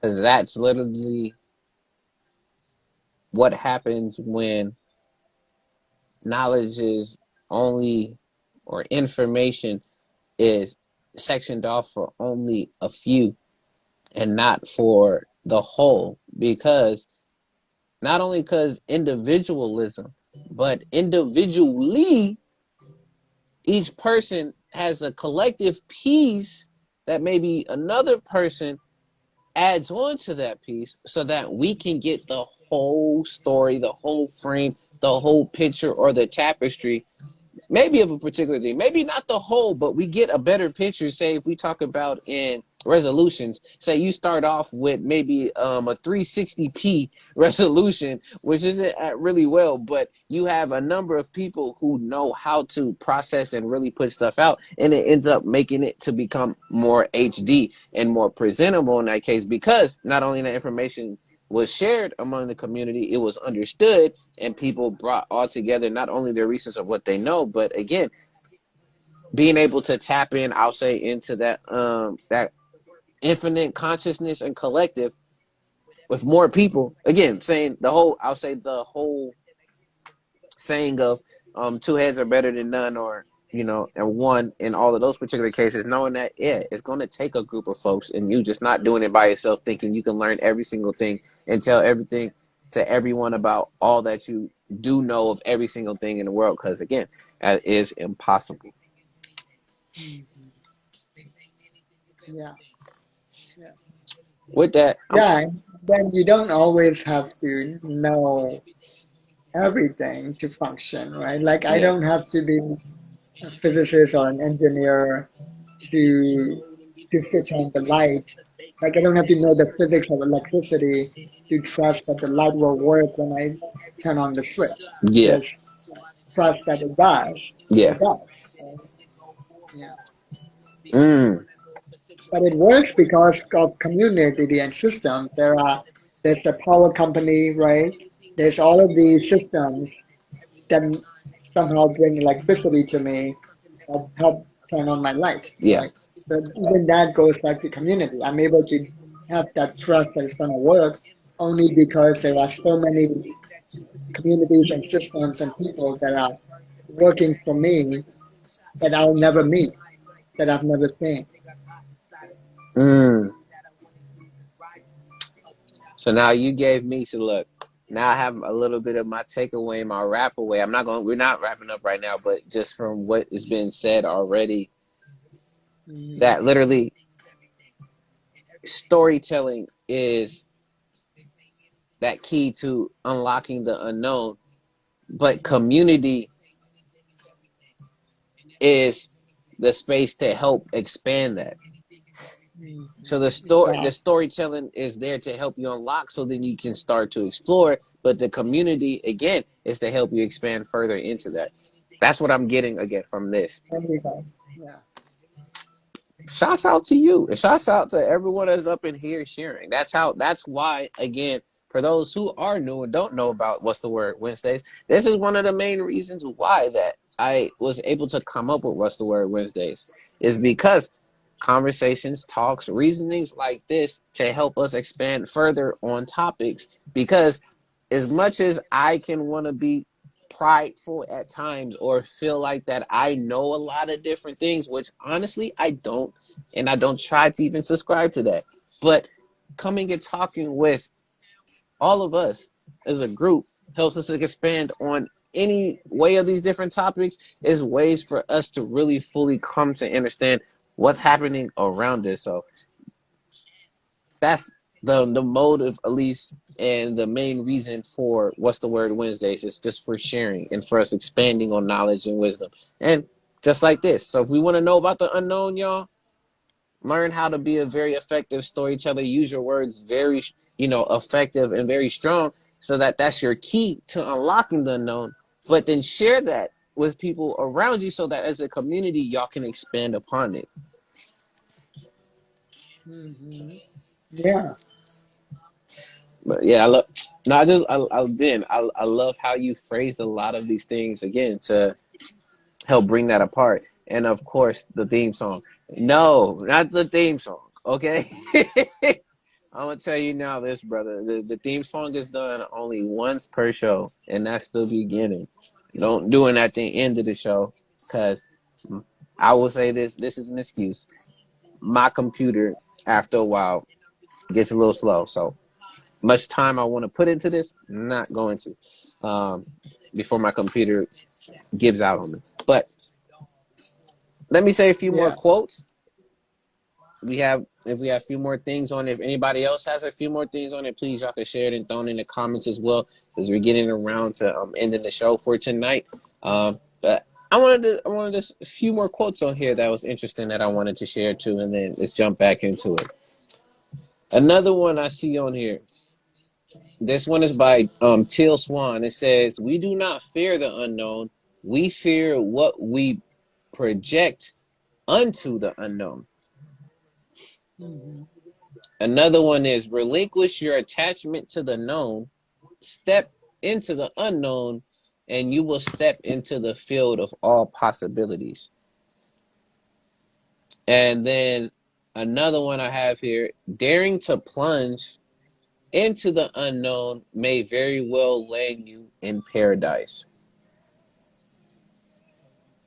And then the last one I'll share, and then that's it, is, "The unknown is where you will grow into the person you know you can truly be." Hmm. But yeah, those are a few other different quotes. But again, this is a lot of stuff, not only speaking on personal growth and development, but again, using that and sharing it with others so that you can expand the horizons. Because if I was thinking that the unknown had, flying spaghetti monsters and different other things like crystals and stuff in the big unknown. But then I come and talk to Kundan, and it says, no, there's also stars, there's the quasars, there's this that's also in the unknown. And then I speak to somebody else, and then they say there's skateboards in the unknown.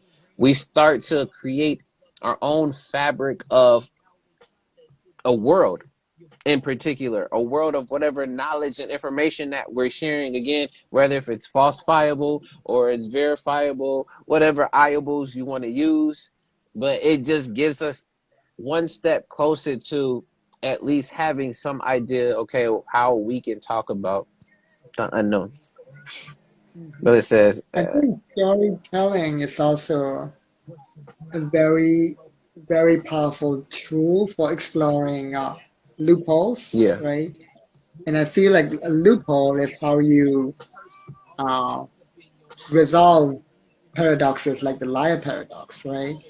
Like I just finished reading this amazing novel called, the Empire of Sand, Hmm. and and it's kind of a complicated magic fantasy novel about this guy, this magician, right, who had enslaved the gods and by hijacking their dreams and turning their dreams into nightmares and literally sending out.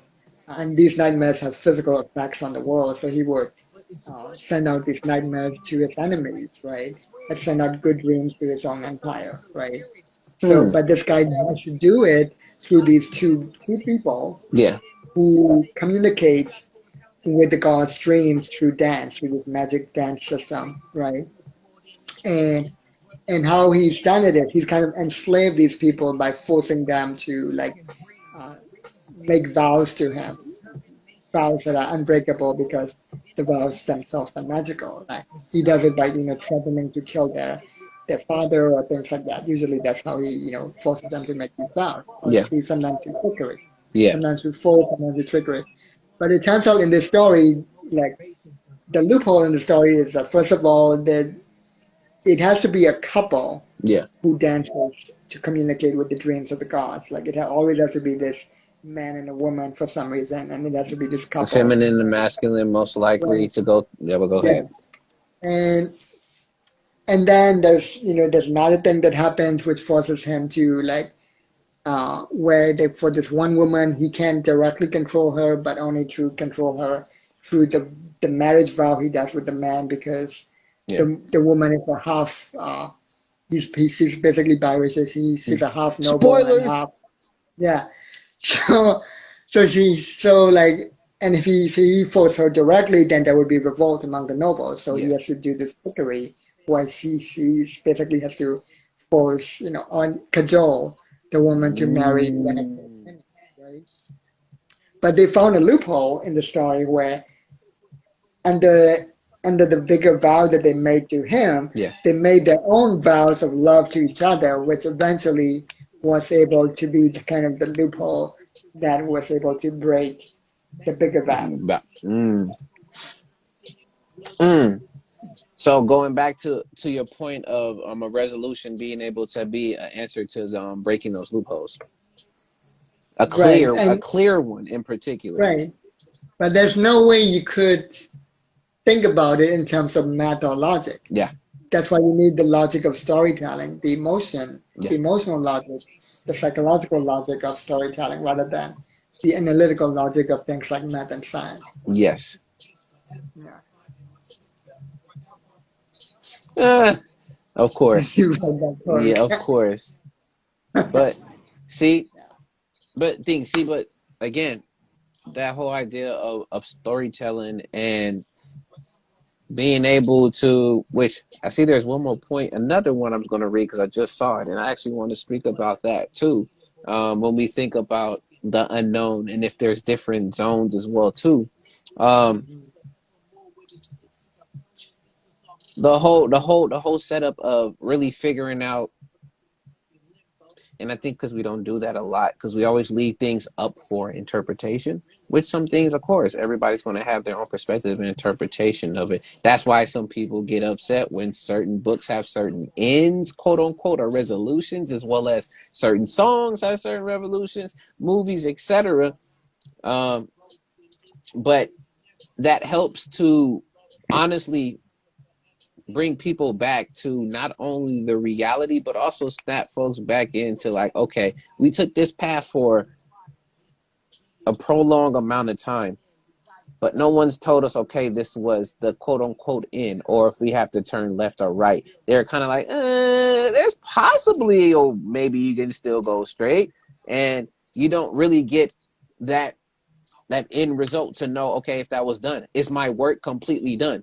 That's why schools are trying to use grades and using A.D.V.I.S. and that type of scaling system to tell you if you know your stuff and things were done. I know I'm going off on a tangent, but again, that all applies back to literally helping you to not only figure out about the unknown, but why we have such things as resolutions, because it's definitely needed, because if there is no way to resolve anything in this world, just imagine how chaotic it would end up being. And then for us to then try to figure out what the unknown is on top of all that chaos, I mean, shots back out to the other comment before, us not being able to figure out our own selves.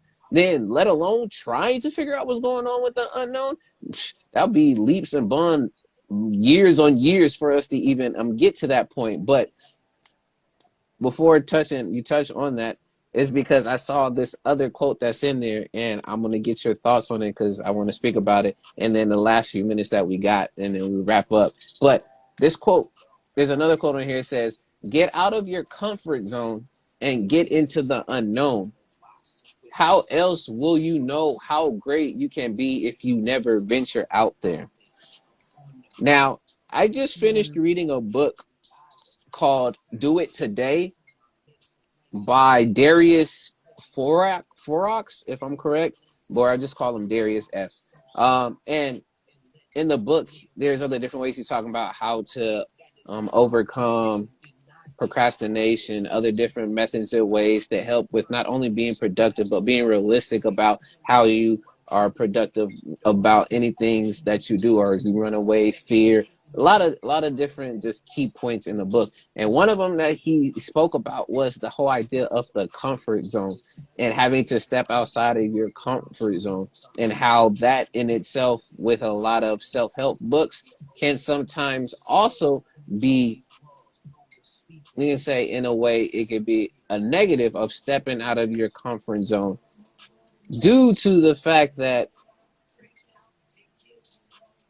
it doesn't say step by step, as we also been talking about with the scientific method of just jumping out of your comfort zone versus their steps and methods of coming out of there. So my idea question I want to round it is it a good thing to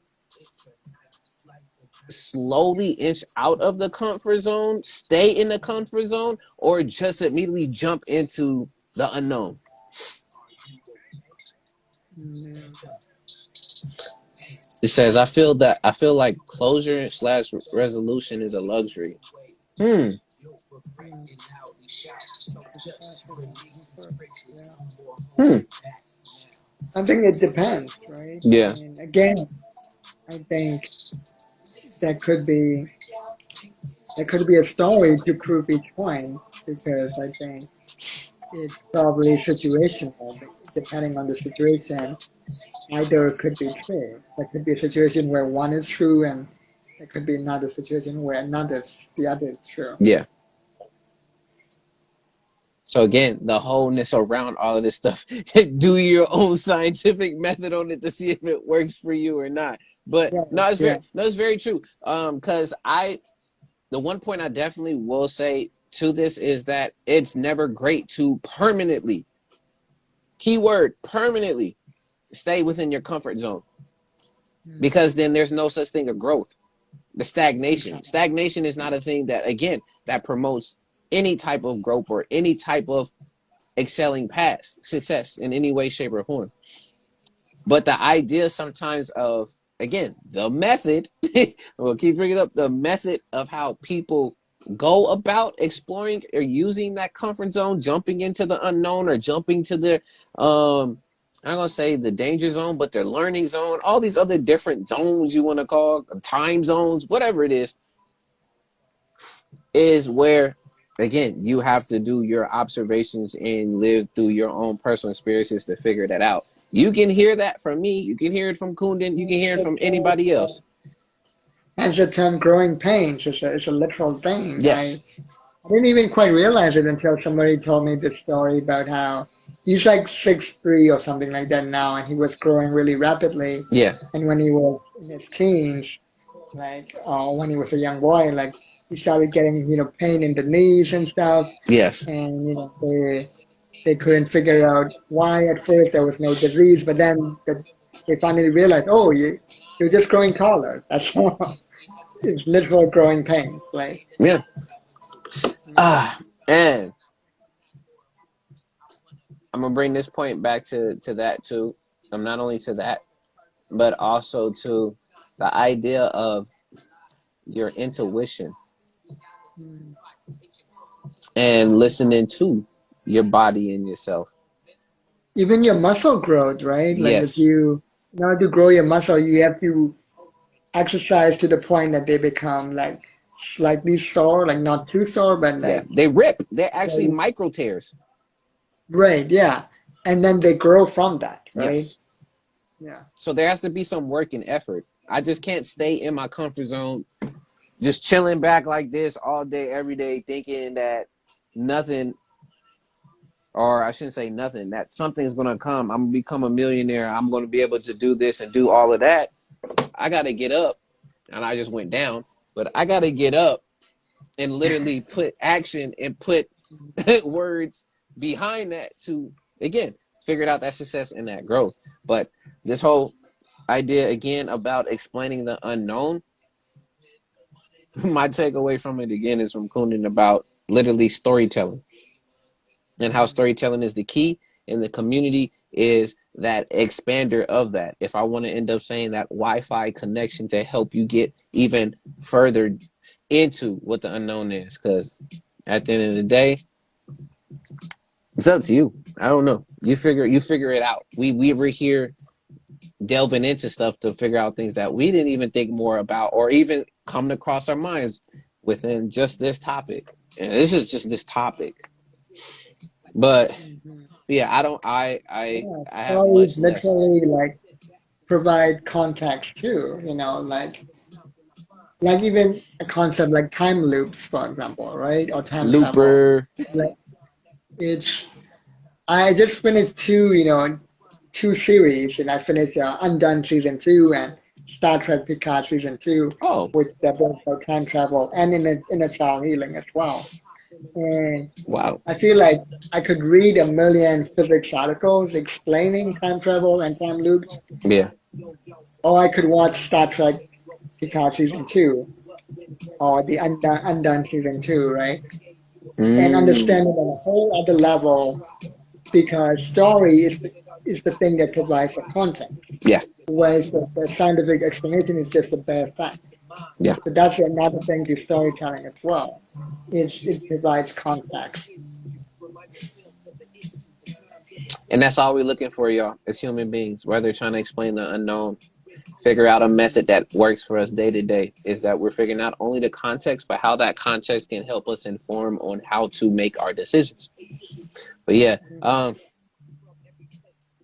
Kundan, final thoughts on the overall show. If you have a last thought on explaining the unknown before the whole show, but if you do, the floor is yours.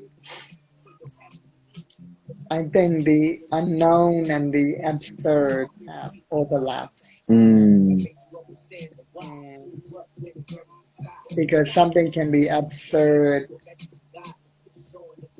because it truly is just ridiculous nonsense, right? Uh, like the flying spaghetti monster thing.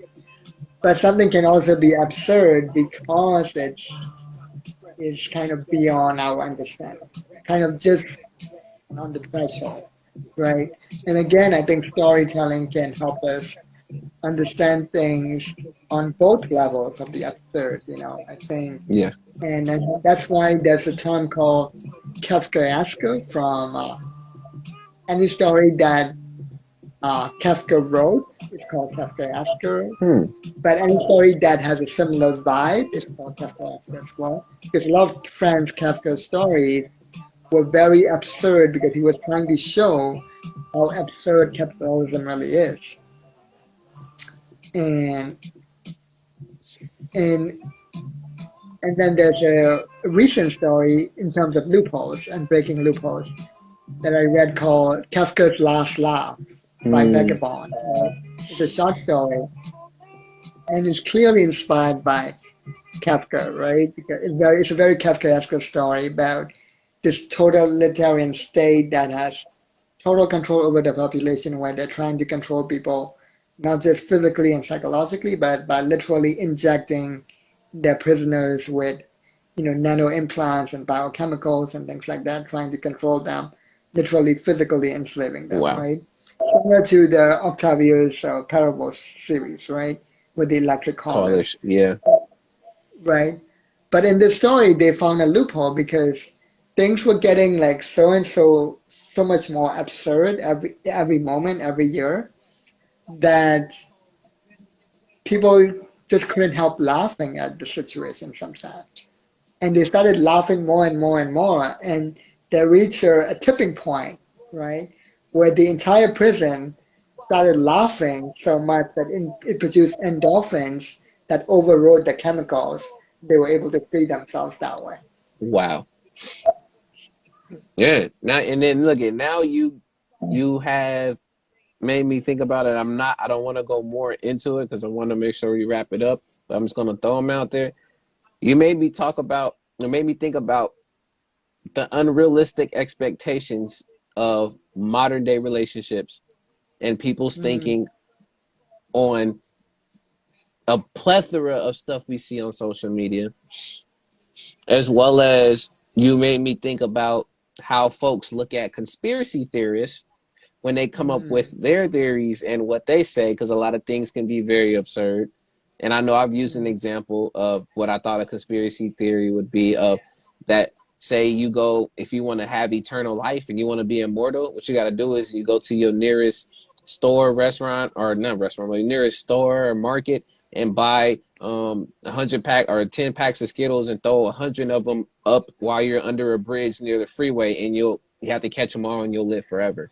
Like that is so absurd to a point. Again, it is a part of that unknown, like you said. To me, also very abstract to a point where how mm. did any of that correlate and cause each other for that to happen? As again, back to the scientific method. But yeah, I'm not gonna go any more into that. But go ahead, Kundan. Final thought, wrap up for the show.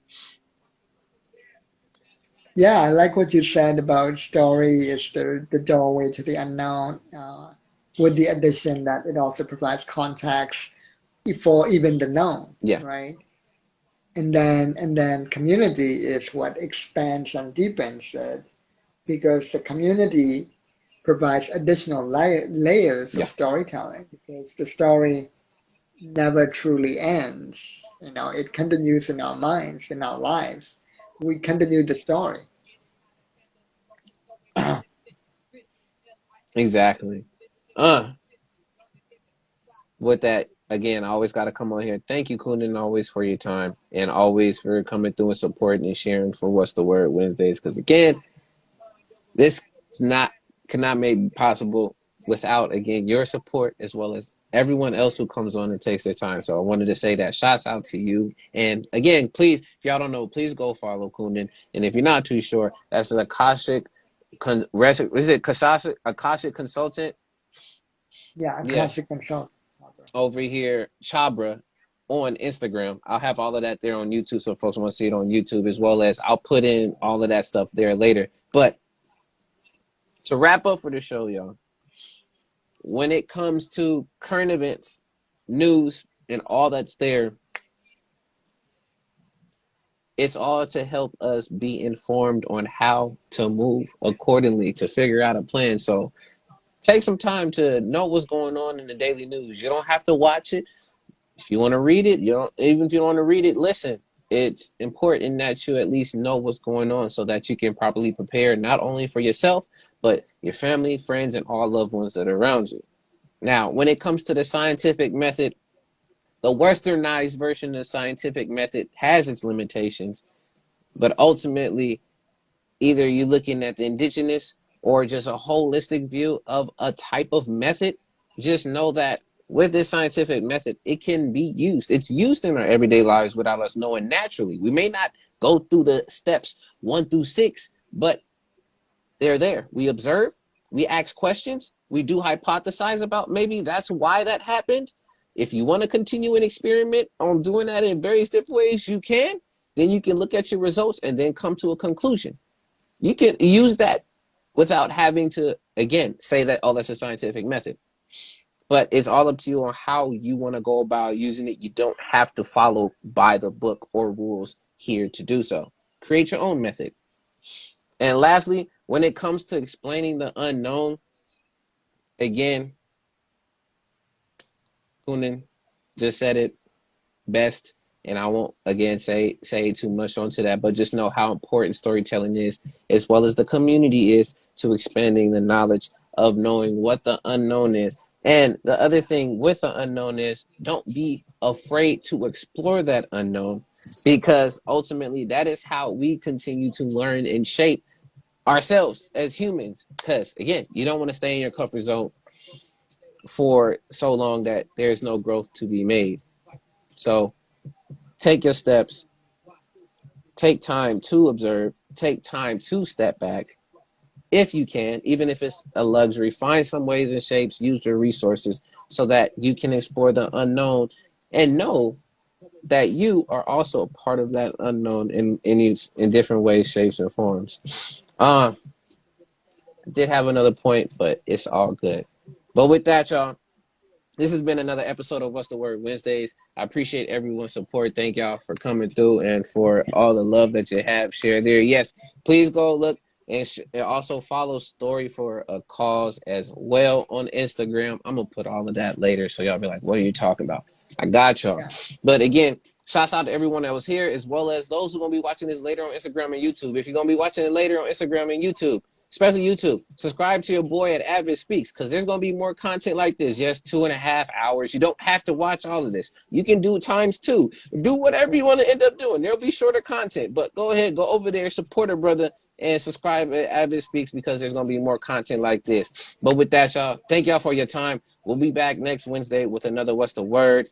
All of y'all have a great evening, great night, great day, wherever you are. And just know that you are immeasurable, you are powerful, and that take some time to love yourself.